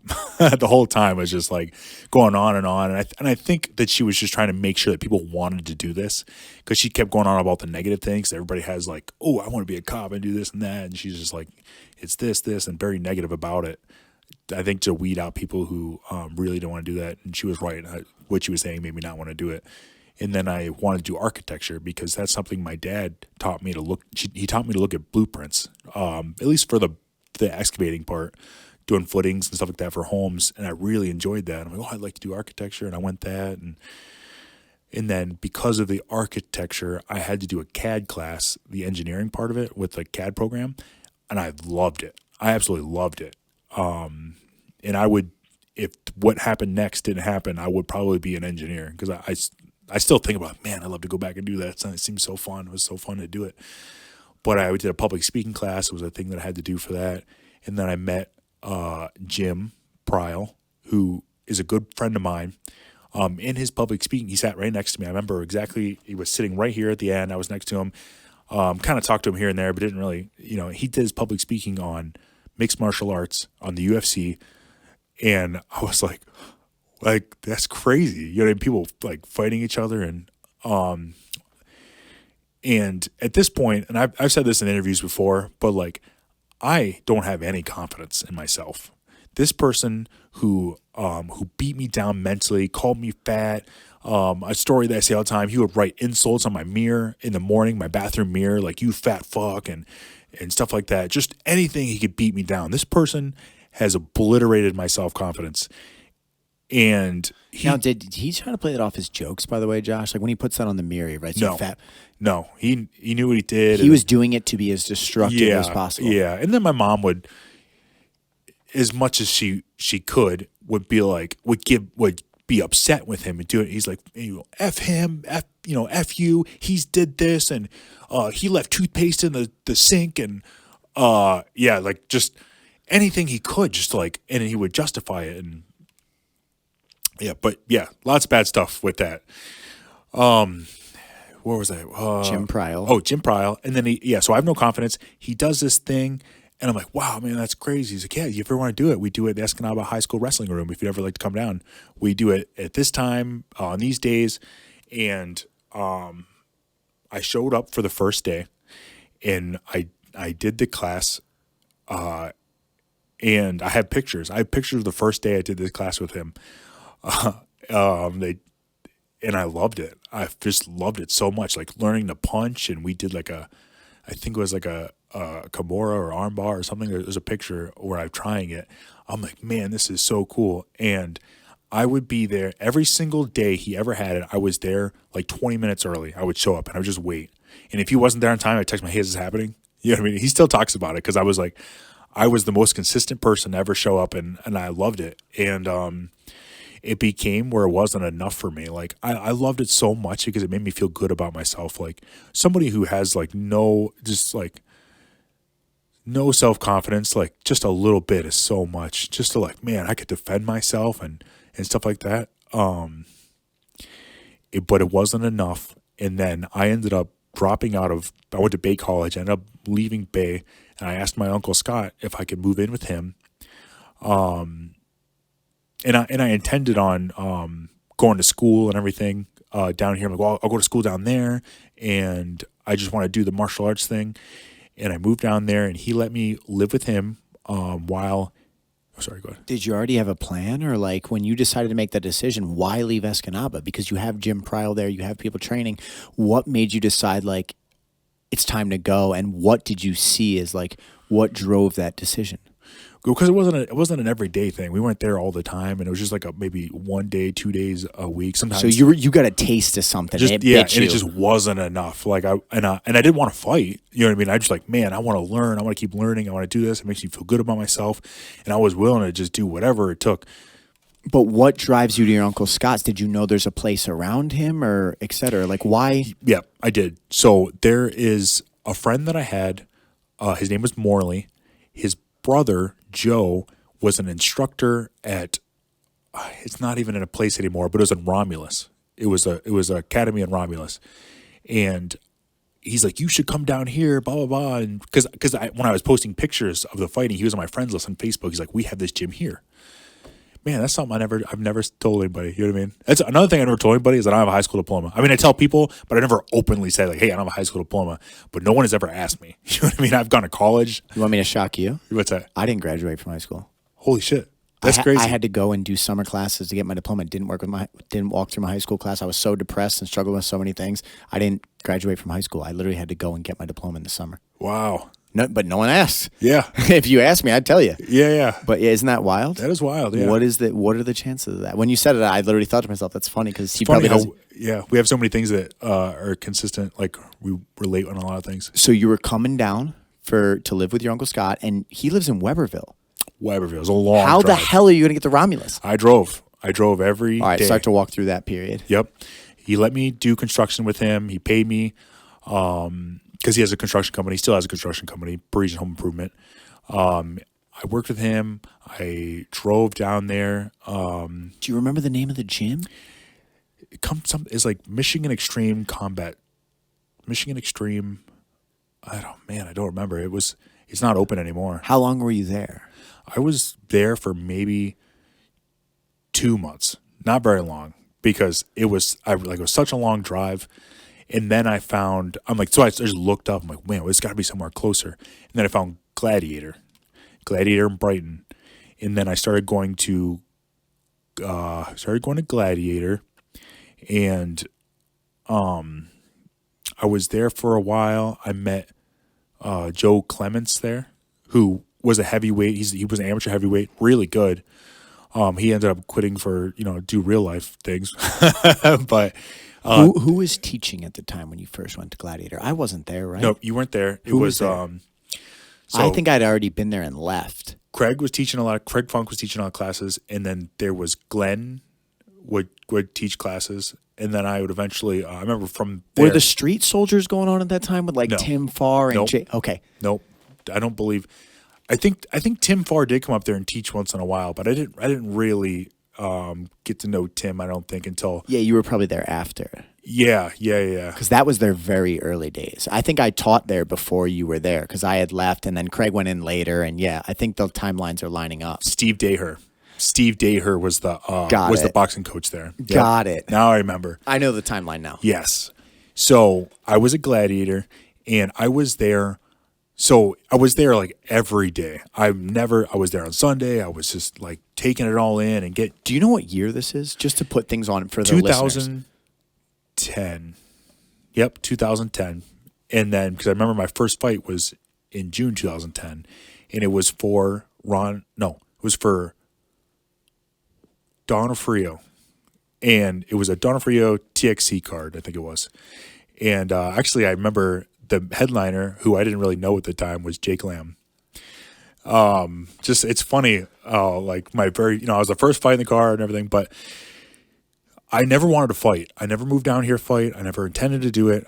I was there every day, and they offered us 2 slots on the card. Like, you have 2 fighters that we can put on this, and they're like, it's got to be you. You're here every day. They wanted it to be me because I was just so consistent. And I agreed to it, and it was like, a super nerve-wracking thing. I sold tickets, and it was in Mount Clemens at the Emerald Ballroom, I think it was. Emerald Theater? I fought there too, the Emerald Ballroom or the Emerald Theater, yeah. Oh, really? That's funny. Yeah, I went there for my first fight. I got there. I did the weigh-ins, and then I showed up for the fight. My opponent didn't. Was that XCC that you were fighting for, or was it Gladiatorial Games? Was it XCC? Gladiatorial, that sounds... It was for Donofrio. Oh, it was the Donofrio Promotions. Yeah. Okay. There's the fight on the internet. I could find it. I could look at the things, the skirting on the cage, and see exactly what it was. But my opponent didn't show up. So I call everybody. I'm texting people, like, hey, don't show up. I'm not fighting. Joe, why am I forgetting his name? I just said his name. Clements was there with me. So we leave there. We go to a bar that's close by. I have like a double cheeseburger, deep fried pickles. I'm 3 beers deep, and they call me and they're like, hey, this guy doesn't have an opponent either. His guy didn't show up either. He's a heavyweight.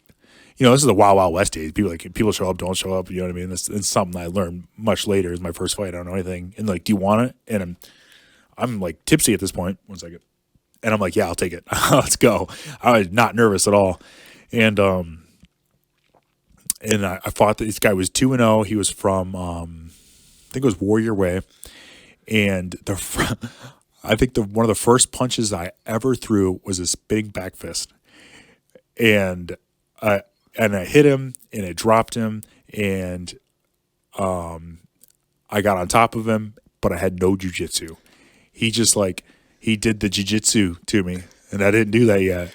He did the jiu-jitsu. We're going to clip that. He did the jiu-jitsu to me, and I didn't have that. I didn't have that yet. I didn't do jiu-jitsu yet. It was just the striking. I work with Steve. We did the boxing. And so I ended up, the 3rd round, I ended up throwing another, I threw a 1, 2. I have to look it up. It was either a cross that landed or a spinning back fist. Something landed. It dropped him, broke his orbital bone, and I won the fight. And I spun so fast that my shorts came halfway down my ass. The whole time, like, pulling up my shorts. But yeah, I got a finish there, and I got a taste of victory, and I wasn't even like, I think what drew me in wasn't necessarily that I want to fight. It's the way that other people made me feel. They're like, wow, that was amazing. You are awesome that you won a cage fight, blah, blah, blah. And it's just like, it made me feel so good. And the team was excited. Everybody's so excited.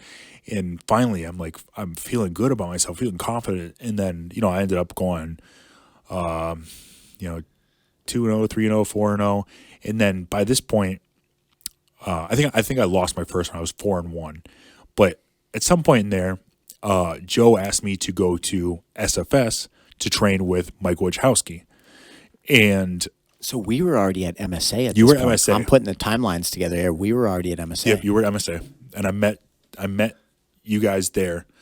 But I ended up I liked Mike. Mike was awesome working with him. He was cool. We trained and stuff like that. And Steve was still my coach. And Steve was my coach up until the Lamar fight. I lost against Lamar Foster. That was my first fight that I lost. And he didn't show up for the fight.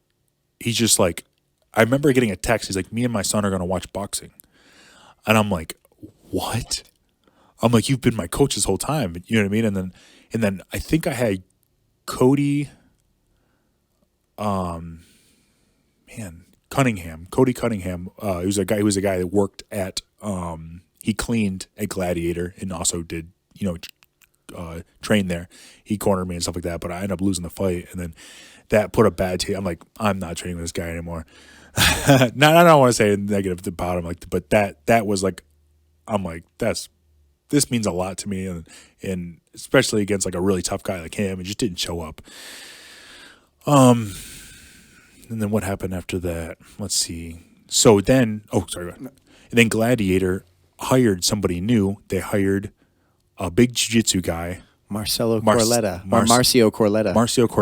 I know exactly where it was on the timeline then. Yeah. Yep. And then he wanted $250 a month for a gym membership.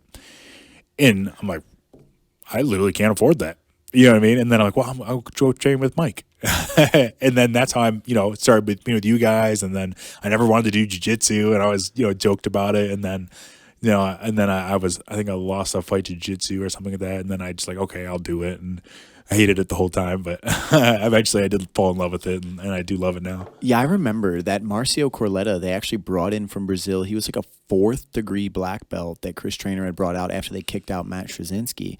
And Matt Straczynski, the mess that got ran out of Gladiator. Actually, I never met him. That was before you. There was a section of time. Okay, yeah. There was a section of time where he wasn't there before. He brought me in. I coached there for a while. They never paid me one time in like 7 months. Wow. They literally like led me along like, oh, don't worry, we're just getting our finances in order. Keep coaching. We're going to catch you all the way back up. And then eventually I just went on one day and was like, I haven't been paid in like 7 months. You've been giving me excuses. And I worked a job, so I had money. Yeah. But I was like, enough is enough. And then they were like, sorry, we just don't have it. And I was like, okay, then I'll just coach elsewhere. It's like, no problem. Like, I've been wanting to do my own thing anyway. The way you guys are doing things, like, I remember one drill where it was like a mount drill, and you just had to sit there and like literally get the shit beat out of you. And your only job was to survive. You weren't allowed to escape. You weren't allowed to try to, use defenses. It was like, nope, you're going to endure 5 minutes of ground. That was a crazy place. Yeah. It was the wild, wild west. But yeah. So anyway, they brought in Marcio Corletta. And there was a huge rift at that time because SFS was doing good. We were at MSA. We had Wojo coming up. Brian was coming up. Danny, Taylor. Like, we had all those people training at MSA. Yeah. And I remember a massive moment was Tim Farr came up through Gladiator. I met Tim at Gladiator. We have a wild story about how we met. Him and I like fought each other the first time we met. But Tim was a top dog, right? Yeah. And when they brought Marcio in, Marcio went to Tim and everybody and said, listen, you are now my students. You will train under me. These are your gym memberships. These are your training routines, just like he did to you. Yeah. And if you train anywhere else, you are banned from here. So Tim got put in this situation where he came to me and was like, hey, there's this guy Marcio that's coming in. He's like a 4th-degree black belt. He's a multiple-time world champion. He's saying that I either have to train only there or I can train here with you, because he was with me too. And I go, man, like, whatever you think is best for you and whatever you think you got to do, like, I respect you. You're a good dude. Like, do it. And I remember Tim was like, you know what? I know this sounds bizarre because you're just some self-taught martial artist doing your own, you know what I mean? Like doing your own fucking thing. But I genuinely believe that your heart's in this and that like we're going to create something. So I'm going to tell that guy, all right, if you're going to put these rules down, then I'm going to join this little SFS program. Yeah. So like, what a crazy story. So that Marcio's rigidness was the same thing that pushed you to be like, well, then I guess I'll go train at these SFS guys with Mike. Yeah. Yeah. I never really asked you what drove you in. I never thought about it. I remember you coming in during MSA, and I remember all those times, but I never really knew like what was the initial thing. Yeah, it was that, and that's so funny about Tim. Tim is, I would say, top 3 best people I've ever met in my whole life, and it's through martial. Actually, every best person I've ever met through my entire life has been through martial arts. Tim is an amazing man, and he's another man that I got to get on the podcast at one point because he has a lot of darkness in his background. Drug addiction, dating strippers, no structure at his father's house at all, too much structure in his mother's house, couldn't balance it, you know what I mean? It's so crazy how he ended up the person he is. He's an amazing person. He's like, I literally can't say enough nice things about Tim. I got nothing negative to say about him. So really, let's start to build your story up. So now you're living in Weberville. You're working for your uncle's construction company. You leave Gladiator. You join SFS. Take us back to that period in your life, because now you're a young man on the grind. You fought 4 or 5 times by the time you joined our team. When does it really start to click? When you first came in, you were for the people that don't know, you were kind of getting demolished by Wojo. Yeah. Oh yeah. A lot of people couldn't have handled it, dude. He is so good. I remember because Wojo had been training with me since the basement. Yeah. So like you were coming in and he was kind of wrecking you. Yeah. But there was something about you. And there's one moment that I got to tell before you take over the story where there was one moment where you had a really rough training session with Wojo and you had given all you had to give and he was just whooping your ass and you were sitting on the side of the mat. You threw your gear off. I don't know if you remember this, but I remember it vividly. And I sat next to you and you were just broken down and you were like, there's just no way I'm going to catch up to him. He's better than me at this. He's better than me at that. He does this. He does that. Like, I'm just wasting my fucking time. You know what I mean? Like, I'm not going to be as good as he is. And I looked at you that day and I said, like, dude, we don't know the perseverance that he has. Just because he's making it now and this comes easy to him now, and that doesn't mean that in the long term that he's going to end up further than you. I would bet my life on the fact of the man that refuses to quit, who has heart for days, will go further. And that is something that you had to the fullest. Like when anyone asks me about you, they're like, summarize Josh. It's perseverance. And it's probably because of your story. I don't know if you even remember that day, but as a coach, I remember feeling your pain and like seeing this man that like you wanted to be great, but you thought like, it's not possible for me. I'm not going to be able to be like that. You know what I mean? He almost had like the big brother treatment over you. And look at how the story worked out. Not to down on him, but I mean, he lost his pro debut, never fought again, and you're in the UFC. Yeah. All right, so start going through that period of your life because now all of a sudden, because you really started to step up, you started to be training your fucking ass off to be a high-level fighter, and like let's start to work through that time and what you remember. Yeah, no, I was saying that situation too is like why it made me so angry to lose because now like I've got this confidence, I need to protect it. You know what I mean? And when you beat me, you know what I mean? It's like you're attacking this confidence that I've built, and then I just like freak out. You know what I mean? Like that was, and I think that's why I did not like jiu-jitsu because it was hard to lose over and over and over when this is something that I did for confidence, and now it's removing the confidence. You know what I mean? So I'm like, didn't want to do that. So that was a tough thing to do do jiu-jitsu. What was the question again? Just start to walk me through that like you join SFS. Yep. You're starting to get more serious about this. You're starting to really go all in on your training. Are you even thinking you can be a pro at that point? When does it start to click? Like just for the listeners, like describe in detail that period of your life because you've made a huge jump now. You moved downstate. You're going all in. You know, you found multiple teams you've tried to work with. You joined another one. Like just walk us through that stage of your life. Okay. I think at this point, so I'm living with Scott and his wife, and I had said that I would come down there, go to school, and I didn't go to school. I didn't do that, and I didn't have to pay any bills. And they're like, well, if you're going to be here, you got to pay this amount of money to live here if you're not going to go to school. Which at the time I was like upset with, but like now I understand is reasonable, right? You know, you tried to help me out because I was going to go to school, but I didn't go to school. I'm doing the fighting thing. And then at this point too, my family's kind of like, oh yeah, you know, they kind of make a joke about me fighting and stuff like that. Like at this point, they don't think I'm, and I don't either. You know what I mean? But nobody thinks I'm going to really do much with it. But that was like more money than I could afford to pay that and to go to the gym on what I was making.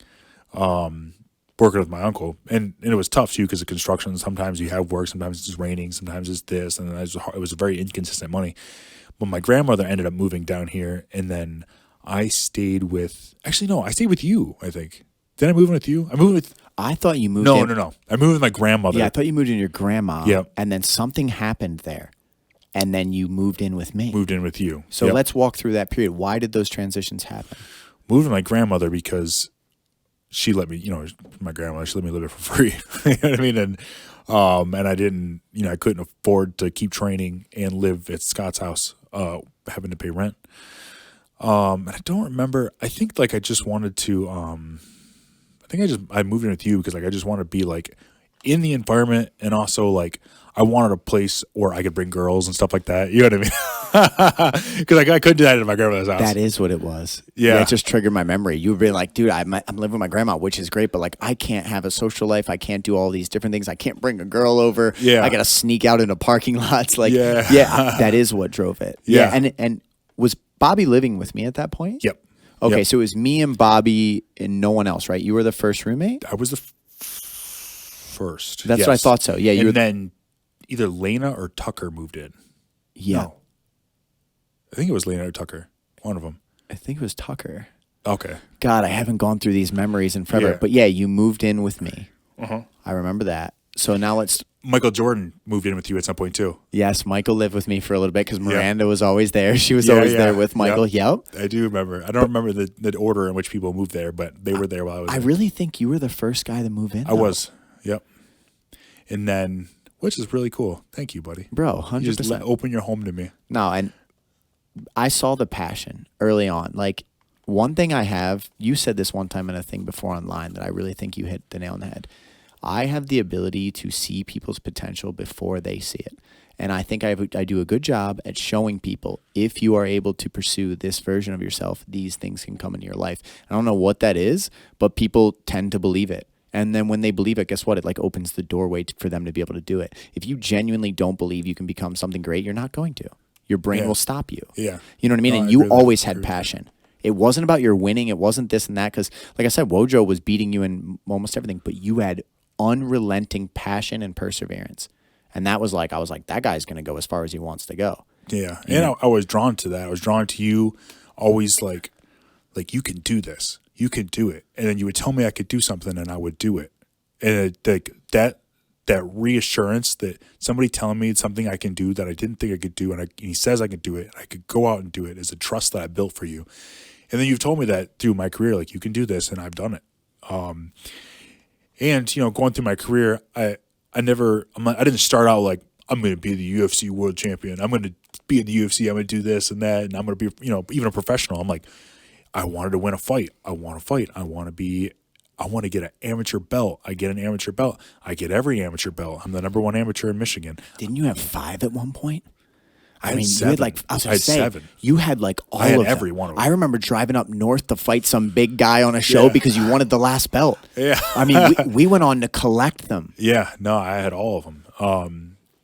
And then, we went pro, and then I want to go pro. I want to win a pro fight, and I want to do this. And eventually it just works out. Like, I'd like to be in the UFC one day. I'm like, you can make it, bro. We could do it. You know what I mean? And then we're here. We did it.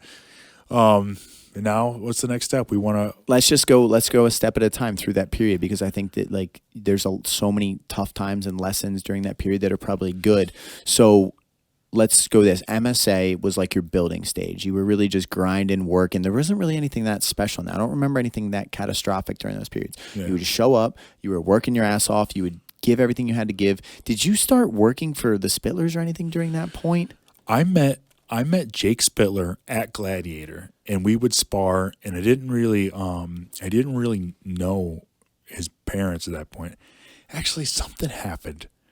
I talked to his mom I talked to Heather for some reason. I think because we sparred and I knocked him out sparring, or I hit him really hard sparring or something like that. And then I think that his mom messaged me about it or something. I don't know, but I ended up becoming good friends with Jake through that whole thing, and then we moved to the gym, moved to next to Total Fitness, in between Low Strays and Total Fitness. Was that before I was working there or after? I know Wojo already had a really good connection there, but I think you started working there after we moved. That's what it was. So I knew Jake, and I met Jake, and then Wojo worked there, and then he's the one that got me the job there, and I met the Spittlers, and they were like, man, they did so much for me. Let's go back through that stage. Okay. I mean, because I remember there was a couple of people that really started to back you and believe in you well before you are what you are now. And like those people, that's 100%. special, bro. I'm very great. It's like crazy how I even got here, but a lot of it is because every step, along the way, people have helped me. If you think about it, like my Jim helped me. My uncle helped me. He let me live there for free. Joe Hartung, he trained me. He let me work there. All these kindnesses that people that help me out with, or that help me get to where I'm at. And then the Spittlers, that was a situation where they let me work at the gym. I was making money there. And then until I gave me a job at he's like, you want to make more money, you can work at the dealership. And I worked at Brighton Ford, and I was a lube tech, and I was doing oil changes and tire rotations and, flushes. And I went to get my brake certification in Michigan and all that stuff. Like that was it ended up being not a great situation because I didn't make as much money as I thought I was could have, because I don't know the way, because you worked in a dealership, but like I get paid per the job. In one day I get all these oil changes, and I get paid 0.5 hours, and I get paid, you're kind of point this, point that, and then you have a good day of work. But then the next day you don't have a good day of work, and then you end up making minimum wage, and then I paid a lot of money or I was kind of like in debt for all my tools, because I had, I went on the the Matco truck or some truck out there where I put all my, this toolbox and all that stuff, and a couple $1,000s I owed him. But yeah, my vehicle broke down. That was something that happened. Then Todd was like, "I'll get you a new one." He gave me $5,000, bought this vehicle for me. He found the vehicle, a really nice Jeep. It was that white Jeep that was so nice. He bought it. He's like, "You could just pay me out of your checks," and that family just went out of their way to help me out so much, and gave me a job, got me a vehicle. Like, people don't have to do that at all. You know what I mean? Like, but they believed in you. Yeah. What it was they saw the work you were putting in. They saw the impact the gym was making. They saw these young, passionate people striving to be something, and they wanted to feed that flame. Because I remember those times, and I was like, man, this is incredible. Like, people like this joining in on our story makes this road more plausible. Yeah. Like, without those people, maybe you don't even get to the UFC because life buries you under the weight of the pressures. Right. 100%. I agree. It's like, and I have nothing to give these people. They just helped me. They just did it. And for those of you that don't know, Todd Spittler was the owner of Brighton Ford, co-owner, and he ended up taking his own life to suicide too. Like, the amount of people that's lives are rocked by suicide is innumerable. You know what I mean? And it's like, that man, while he was here, although he probably had rough edges for some people, he had a huge heart for people that he connected with. And without him doing those things for you, who's to say that you even arrive at the destination that we did? So it's amazing to go back through this, because right when you said you were a lube tech, I remember all these times. I remember that Jeep. I remember how important it was to you. You know what I mean? Incredible. Let's keep going with your story. Let's see. So you're working there. When did you decide that you're going to step out of there? And then what did it look like next? Like, what was the next step? Did you stay at the gym? So while I worked at the gym, before I even got to the dealership, there were members that came in. Her name was Shannon Dugard, and I can't remember his name. He also but they were like, "Hey, you want to do IT? You can work down in Southfield, and we got help desk." And that's how it happened. When we were prepping for this podcast, I was literally thinking, how did he end up at Secure 24? I can't put the pieces together. Yeah. It was Shannon? Shannon. She was the same person that was doing the meal preps for Wojo and Yes. Shannon. Yep. She yeah. So, because you were living with me at this point, I remember that. Yep. And then you got offered that opportunity where it was going to be a huge jump in pay and you could do IT. Yep. Yeah, let's go through that part of your story, because that was big for you. That really helped you get through a lot of times. Yes. James Fortner is the other guy. He was another guy that was there. But yeah. So I'm like, I would love to do that, but I didn't really did a computer class. Like, I played a lot of video games, and that was the time we're all like modding out our computers and like building your own stuff and everything. Like when I was growing up, 16, 17, 18 in that area. So I knew a lot about like my computer and stuff like that. But she's like, "Well, that's all you need. We'll get you trained." And then so at that situation, after the dealership, I wasn't making a ton of money, and it was like a worse thing for me, and I was working really hard for not a lot. And I reached out to Shannon, and I was like, "Hey, is this something that you think that I could do, or is this still an opportunity?" And then she introduced me to her friend. Oh my goodness. I don't know why I can't think of his name right now. Jason Stanley. And Jason, he said, well, you know what? Come to my house for a week and I'll teach you everything you need to know for the job. Crazy. So I go down there, and I had never met this guy. Oh no, he came to one of my fights one time. That's the only time I ever met him. He's like, yeah, come down, and he was an engineer for what was it? It was some sort of, I can't remember exactly what it was, but anyway, he was like kind of higher up in the company, and he asked one of the supervisors that worked at the help desk, like, for a whole thing that I would need to know for the interview. He had really helped out. He's like, here's all the questions they're going to ask you, and here's everything you need to know. All week, he took the whole week off of work to do this for me. I know, it's crazy. He took the whole week off of work. We would work for a certain amount of hours, learning and stuff like that, and then we play video games. It was a pretty cool situation. He had a room set up for me and everything, and I didn't even have the computer at the time. He had a laptop for me, and I worked on that. And at the end of the trip, after everything he taught me, he said, "I bought that laptop for you. You can have it." Crazy. It's like, just another person that's just helping me out. Listen, throughout this podcast, these are the type of people that we should aspire to be. You should just do good things because it changes the world in ways that you can't imagine. You know what I mean? Like, imagine if each one of these people hadn't done this. Perhaps Josh is not the UFC fighter. You leave for Vegas tomorrow. I know. You're on the main card of the UFC. Yeah. Imagine if that guy never gave that opportunity. Shannon didn't answer your call. Yeah, what happens? Yeah. What happens? What road are you on? Do you even have a daughter at this point? Like, all of these things are pivotal points in your story that can be traced back to, like, these people that were willing to pour energy into you.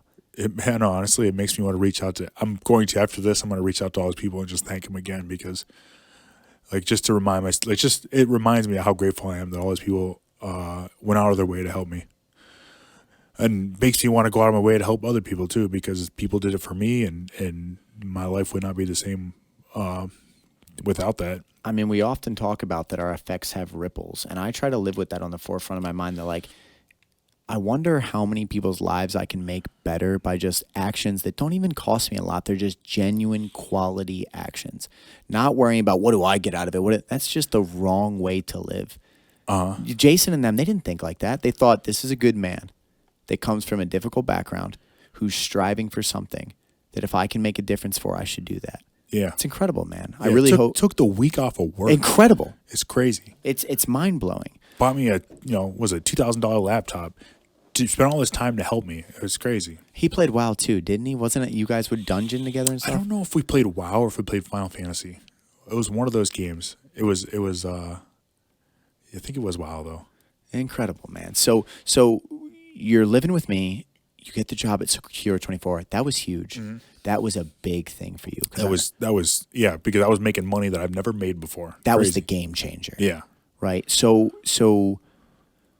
what timeline are we at? Like, when you started working in Secure 24, is that 2015, 2013, 14? At this point, I'm a professional. I just started my first professional fight. So whatever around that time is. I think it was probably like around then, 2015. No, it's got to be later than that. Oh, yeah, it's probably about that. In my head, it seems like we're around 2015 on this story. Yeah. So, like during this time, is Kaylee in the picture yet? Because I met her for the first time ever at a Halloween party at my house. Yep. No, What timeline is that? I was working at Secure 24 at that time. Correct. Yep. I had already started working there. And then she was from Escanaba. From Escanaba, yeah. I met her. I never met her in Escanaba, but we started talking on the internet. I think I think she added me to Facebook or something like that. Then she's like swore up and down that it was me, but it was her. But anyway, yeah. I met her, and then her and I moved in with her. We lived in an apartment at Lexington in Brighton. I remember, because I was thinking, okay, when did you move out? And I was like, you know what? It was the Halloween party. I met Kaylee. Yep. And then you had moved into an apartment with her. You were working at Secure 24. You had just turned pro. Yep. Okay, we're all synced up now. So let's start to build from that point. Okay. Just talking about a little bit more about Secure 24 was kind of funny because I a guy who was high up in the company. He was, I don't know if it was a VP. Yeah, he was a VP at this time, vice president of this, the help desk and all that stuff affiliated with that. His name was Jack. He was out on heart surgery. So I hadn't even never met this guy when I first got there. And they were hiring a bunch of people to take on this, this really big client that was coming in. And that's kind of the hiring wave that I got hired into. And I'm working here, and I'm doing well, but several times I get called into the manager's office because I'm coming to work with black eyes, cut face, and they don't like that. They don't like that I'm coming to work messed up. And it's not a client facing thing, and I'm just behind the computer. But they have tours that go by. It was the IOC. It was these glass wall. You can see in, and he didn't like that my face is fucked up. So several times he comes in, he's like, "Hey, this has got to stop." You know what I mean? I'm like, "Okay, I'm trying to do my best." You know what I mean? But I don't stop fighting. I'm like, everything I'm fighting. Did you ever think you were going to quit? And just because, like, for the people listening at home, Secure 24, you could have paid your bills and just got by and sat behind a desk, and you could have rode that into the sunset. Slowly worked your way up through the company, and you could have done that. 100%. If they came down on you and you decided, well, I guess you know what, I have this, and I don't want to lose this job, and I'm gonna. Did you ever consider it, or was it just like, nope? Like if they have to fire me, they're gonna fire me. Talk me back through that period, because most people, once they're comfortable enough, they give up on their dreams. They do. Never considered it. Always wanted to fight. There was just a means to an end. But there was a man in that company that was a former pro boxer. Yes, that was Jack. Jack was not there. He was on surgery when I got hired in, and the other guy, Ziad, was giving me a hard time about it. Now, the client that they were going to hire to come in for why they hired all these people, they backed out. So now they have all these employees to pay, and they don't have this client anymore that we were supposed to support. So now tons of people get laid off, get fired essentially. You know what I mean? Get severance and stuff like that. And everyone, I remember just everybody sitting there, and one by one, they're going to people's desk, and like they're tapping on the shoulder. They leave. They don't come back. All day this is happening. And everyone's like, is it me? Everybody's freaking out. What a crazy situation that was. And then I get the tap. Now I get brought up there. And now they bring extra people in the room because they think that I'm going to freak out. There are two people standing behind me. And they tell me that they're going to let me go. And I just start crying. I could tell there was like, oh, okay, this guy's not going to freak out. He's just having emotional, you know what I mean? Like, because I got an apartment. I'm trying to pay for that stuff. I've done really well. I thought I was doing so well. And so I got my severance, and then I get let go, and then I start working with Scott again to make money. Well, then Jack comes back. He hears about the situation. He gets me hired back. I'm the only person that got hired back out of all the people that got cut. Did he call you? How did they reach out to you? Like, how does he called me personally. He said, "Hey, I was looking at your sheet and all your the things that you did and like how many tickets you pulled and all my quality stuff." He's like, "You should not have been let go." And he's like, "I would like to hire you back." And he was a good person for me there. You know what I mean? Because he wanted to see me succeed, and he ended up cornering me for one of my boxing matches and stuff like that. Yeah, no, Jack is awesome. He got me back in there, and then when I was talking to him, he's like, honestly, you were let go because you were coming to work with black eyes. That's why you were let go, and you could have sued the fuck out of this place for that because that's illegal. You know what I mean? And obviously, I wouldn't do that and didn't do that, but like, maybe I was hired back because he wanted me there, or maybe he's like, I don't want this guy to sue. I don't know, but Jack was great, and then I worked up through the company on the IOC desk, the help desk, where just receiving calls from the clients that we have, and I helped the end users through all kinds of stuff, and I learned a ton, and then the company was great because if you didn't work up to the company, they just let you go. They forced you they wanted you to work your way up to an engineer position, and that's just how it grows. And then they'll bring new people in. They didn't want any life help deskers. So they had in-house tests and stuff like that and exams, and I worked up to be an analyst, and that's where I monitored server alerts. And then I got a job on quality after that. And I'm making a little over, I think it was $52,000 a year. For me, that was a lot of money because I wasn't making much money. You know what I mean? Working at the gym, working at the dealership, like that was a huge money for me. And that was a good job. And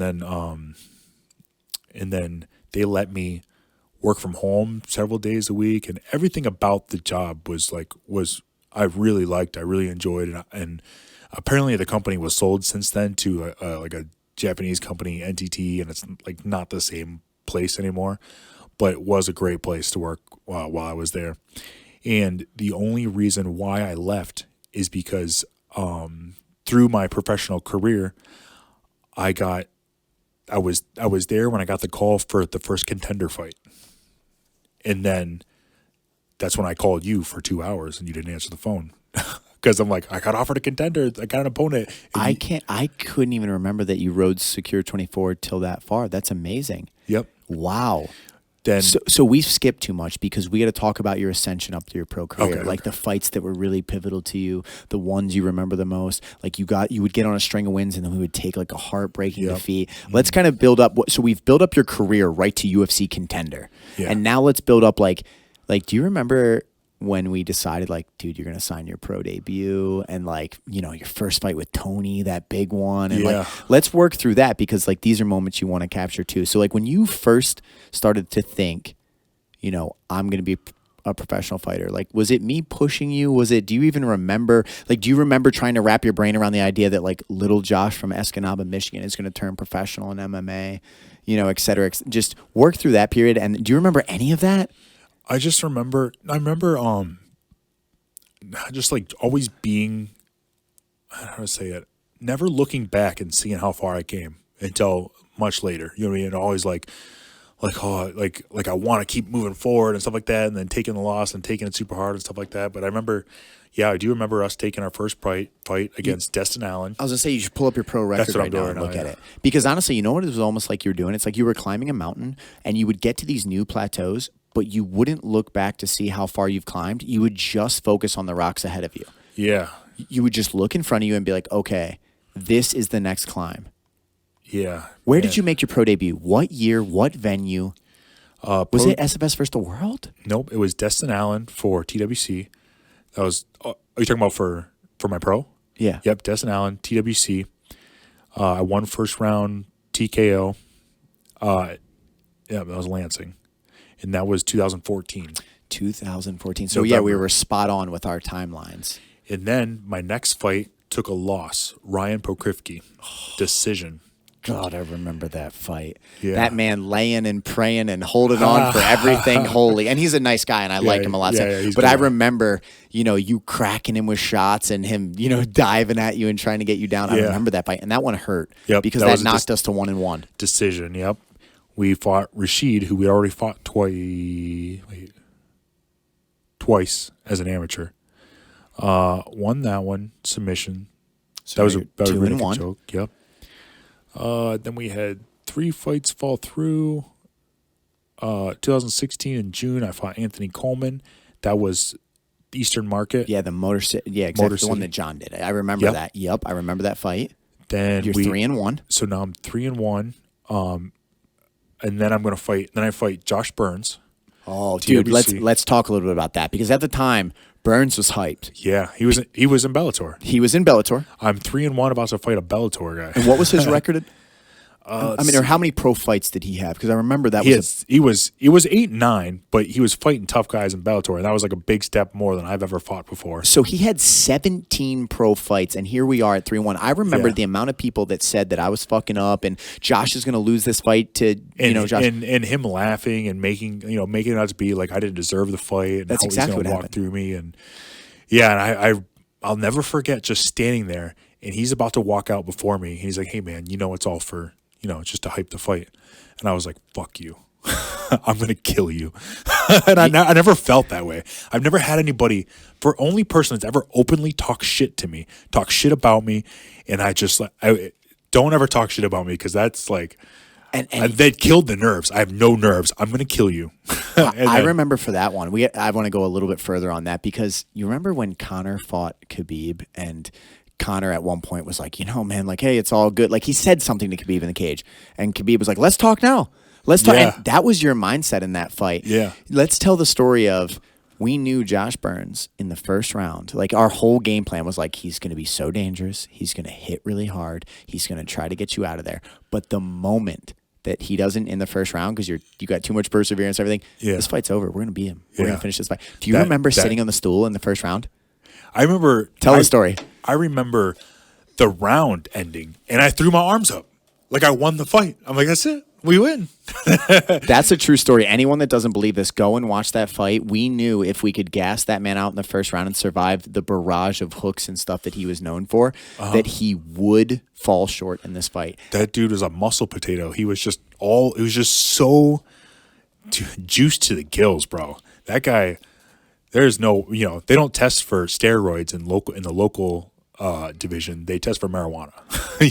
you can't, or I think maybe cocaine as well. You told me after that fight, you're like, even when he grabbed a hold of me, you're like, he was so strong. He would move his hand. He was hitting me like this and ping, ping, ping. He hit so hard, dude. You told me that after the fight. You said even when you see his hand move this far, it hurt. It hurt, dude. Like I was crack, and then you stopped him in the second, though, right? Didn't you finish him in the second? Yep. Hit a spinning back fist. He fell down. I started hitting him, and then he was just saying gibberish. He was just not even saying words.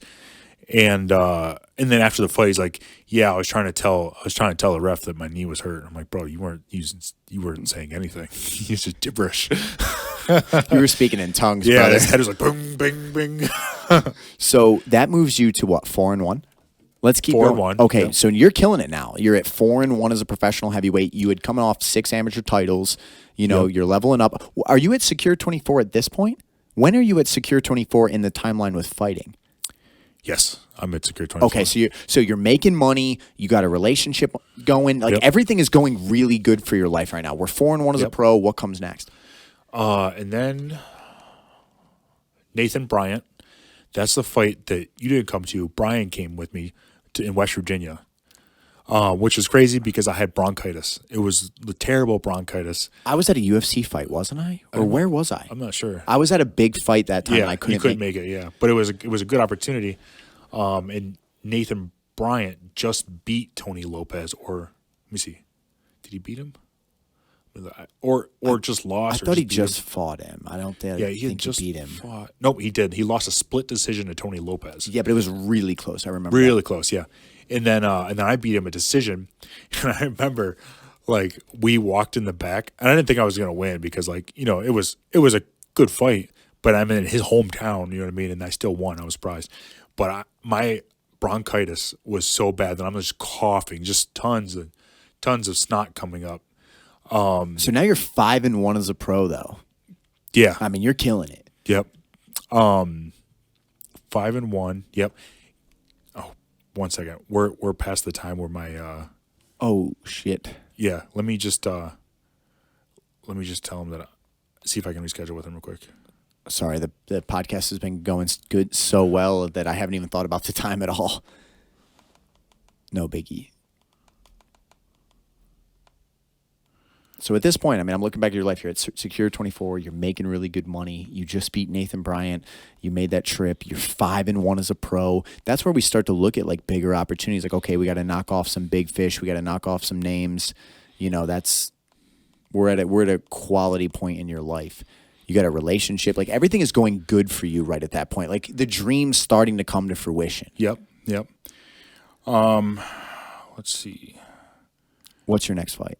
My next fight is we got Nathan Bryant. Then I fight Tony Lopez. Oh, that was the big one. That was a hard one. That was a tough one. That was here in Michigan. For the people that don't know Tony Lopez, how many pro fights that guy have at the time? At the time, he had 74. 74 he was pro fights. 49-25. And wasn't he the number 1 ranked guy in the country not signed to a major organization? Yep. I remember that. And I lost that one, and then that was a tough pill to swallow because, that was going to be the one. That was the one that was going to get me somewhere. And then I think that set me back. And, later I ended up messaging Mick Maynard, and I was like, hey, what would you like to see from me to get, to get in? And he's like, well, to be honest, losing that Tony Lopez fight was, that set you back a bit because he's an older guy. You know what I mean? Like he's 49-25, but he's older. I'm like, that sucked. And then went and fought. So after that fight, I fought Zach Thumb, who was Brock Lesnar's training partner. We went out to LFA in Minnesota, right? Minnesota, yeah. Or Iowa? Minnesota. That was televised. Bro, that was a big one because he was a like college All-American wrestler. Yep. Everybody thought he was going to take you down and finish you. You had just come off a loss that was absolutely heartbreaking for us. You were 5-2. I remember that. You remember walking down that stage? Remember right before you walked, I don't know if you remember this, right before you walked out, they had that big LED screen. I was like, get your chin up, get your chest up. Like, let's go out there and do this. Yeah. And then that was a big fight. That was a big one. And you finished that man in the first round with ground and pound from the back, where Pat Miletich talks shit about my coaching, and he was actually wrong. Yep. You remember that? I was all upset about it. Yeah. And after that, we get our call for Greg Rebello. That was wait, that 6-2. You got the Rebello call? Yep. God damn. So for the people that don't know, he's 6-2 now as a pro, just won on LFA, big win, impressive fashion. I don't think the fight was more than a minute and a half. It was a minute, no, 2.5 minutes. 2.5 minutes. Wait, 2 minutes, 40 minutes, or 2 minutes, 2 minutes, 40 seconds. Okay, so halfway through the first round, you finish him. Yep. Huge win for us. Now, all right, pick up the story from this point. What does your life look like? What does your work look like? Because when you get a call for Greg Rebello, that's UFC contender. Yeah. Take us through everything in your life at this point, because this is pivotal. This is 2 months later, exactly 2 months. What's the date? The date is 2018, 6/26, 2 days before my birthday. 2018. Did I say 8? 2018. And then that's when I get the call at work.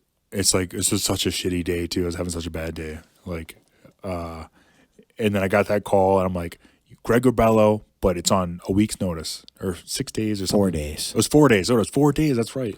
4 days notice. I was at the movie theater. Because they tried to fly me out that night. They're like, can you fly out tonight?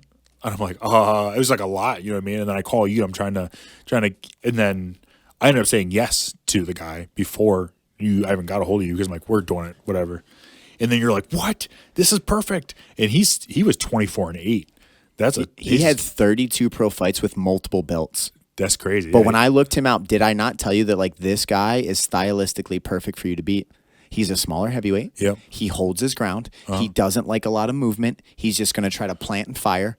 This is actually a great fight for us. Yeah. Do you remember being in the hallway of that casino when we were doing our warm-up and we just had that energy going and we were saying, like, this is the one, and you were practicing your back fist? And do you remember that? I remember not before I do remember the day before the fight, or 2 days before. Like, that's what I'm talking about. Yeah, the conference area. Yeah, the conference area with the chairs to our left-hand side, and we were on that carpet. Red carpet. Exactly. Yeah. And we were going, dude, this could be the one, Josh. Yep. I know. We were like, man.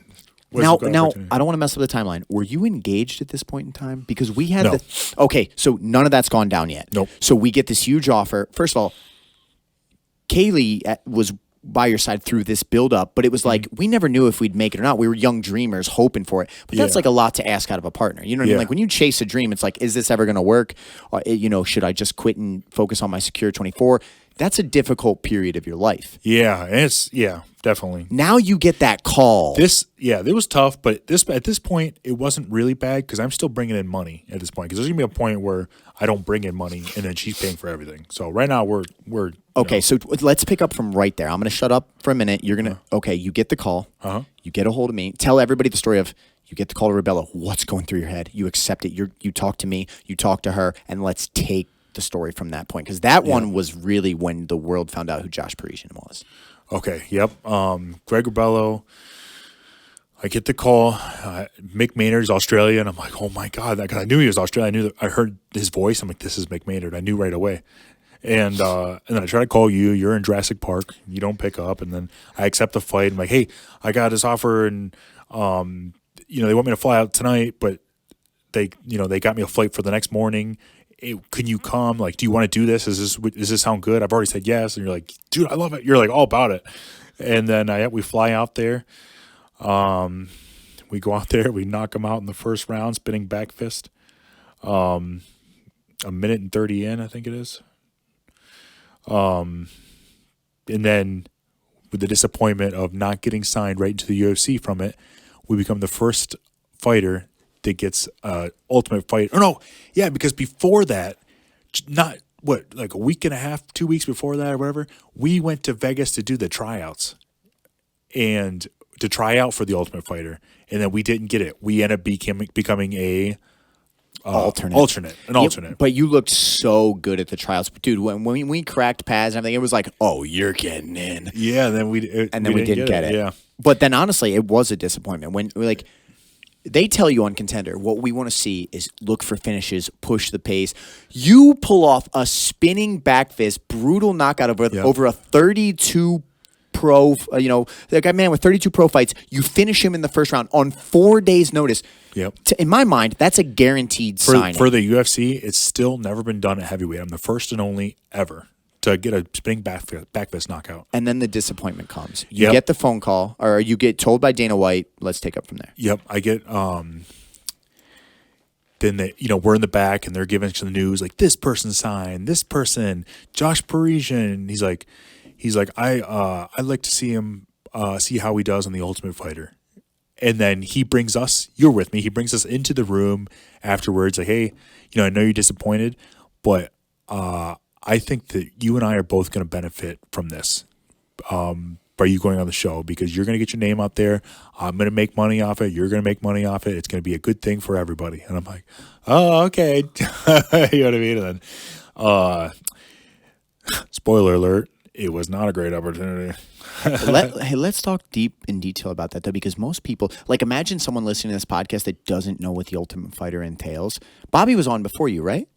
Yep, she was. Yeah, so you had a teammate, my girlfriend at the time had gone on the Ultimate Fighter, and it's like, for the people that don't know, explain exactly what the Ultimate Fighter is, because it's pretty wild when you actually consider it from a normal person's perspective. Yeah, it's just I gotta go here pretty soon because this guy let me go delay it for 15 minutes, but okay. You want to pick up the story at this point for our next podcast? We clip episode number 1 here. You're right at that point where you won on UFC Contender. Yeah, that's a good spot. That's a perfect spot. Yeah. So you just had the win of your life. You're on top of the world. You're at Secure 24. Like, everything is like, oh my God, this is amazing. Yeah. And then you're going to go on the Ultimate Fighter. Yeah. We shoot part 2 from here. Okay. Beautiful. All right, bro, cool. Just to let you know, we filmed 2 hours and 30 minutes. We That's filmed crazy. almost a Lord of the Rings movie. It's crazy. Effortlessly going through your story. And you've never told it to this detail before. Yeah. Like, I learned so many things about you today, and like, it really is incredible. So this will be the end of part 1. We'll go to Vegas this weekend, get your fight, and we'll shoot part 2. Okay. All right, cool. Sounds Awesome. good.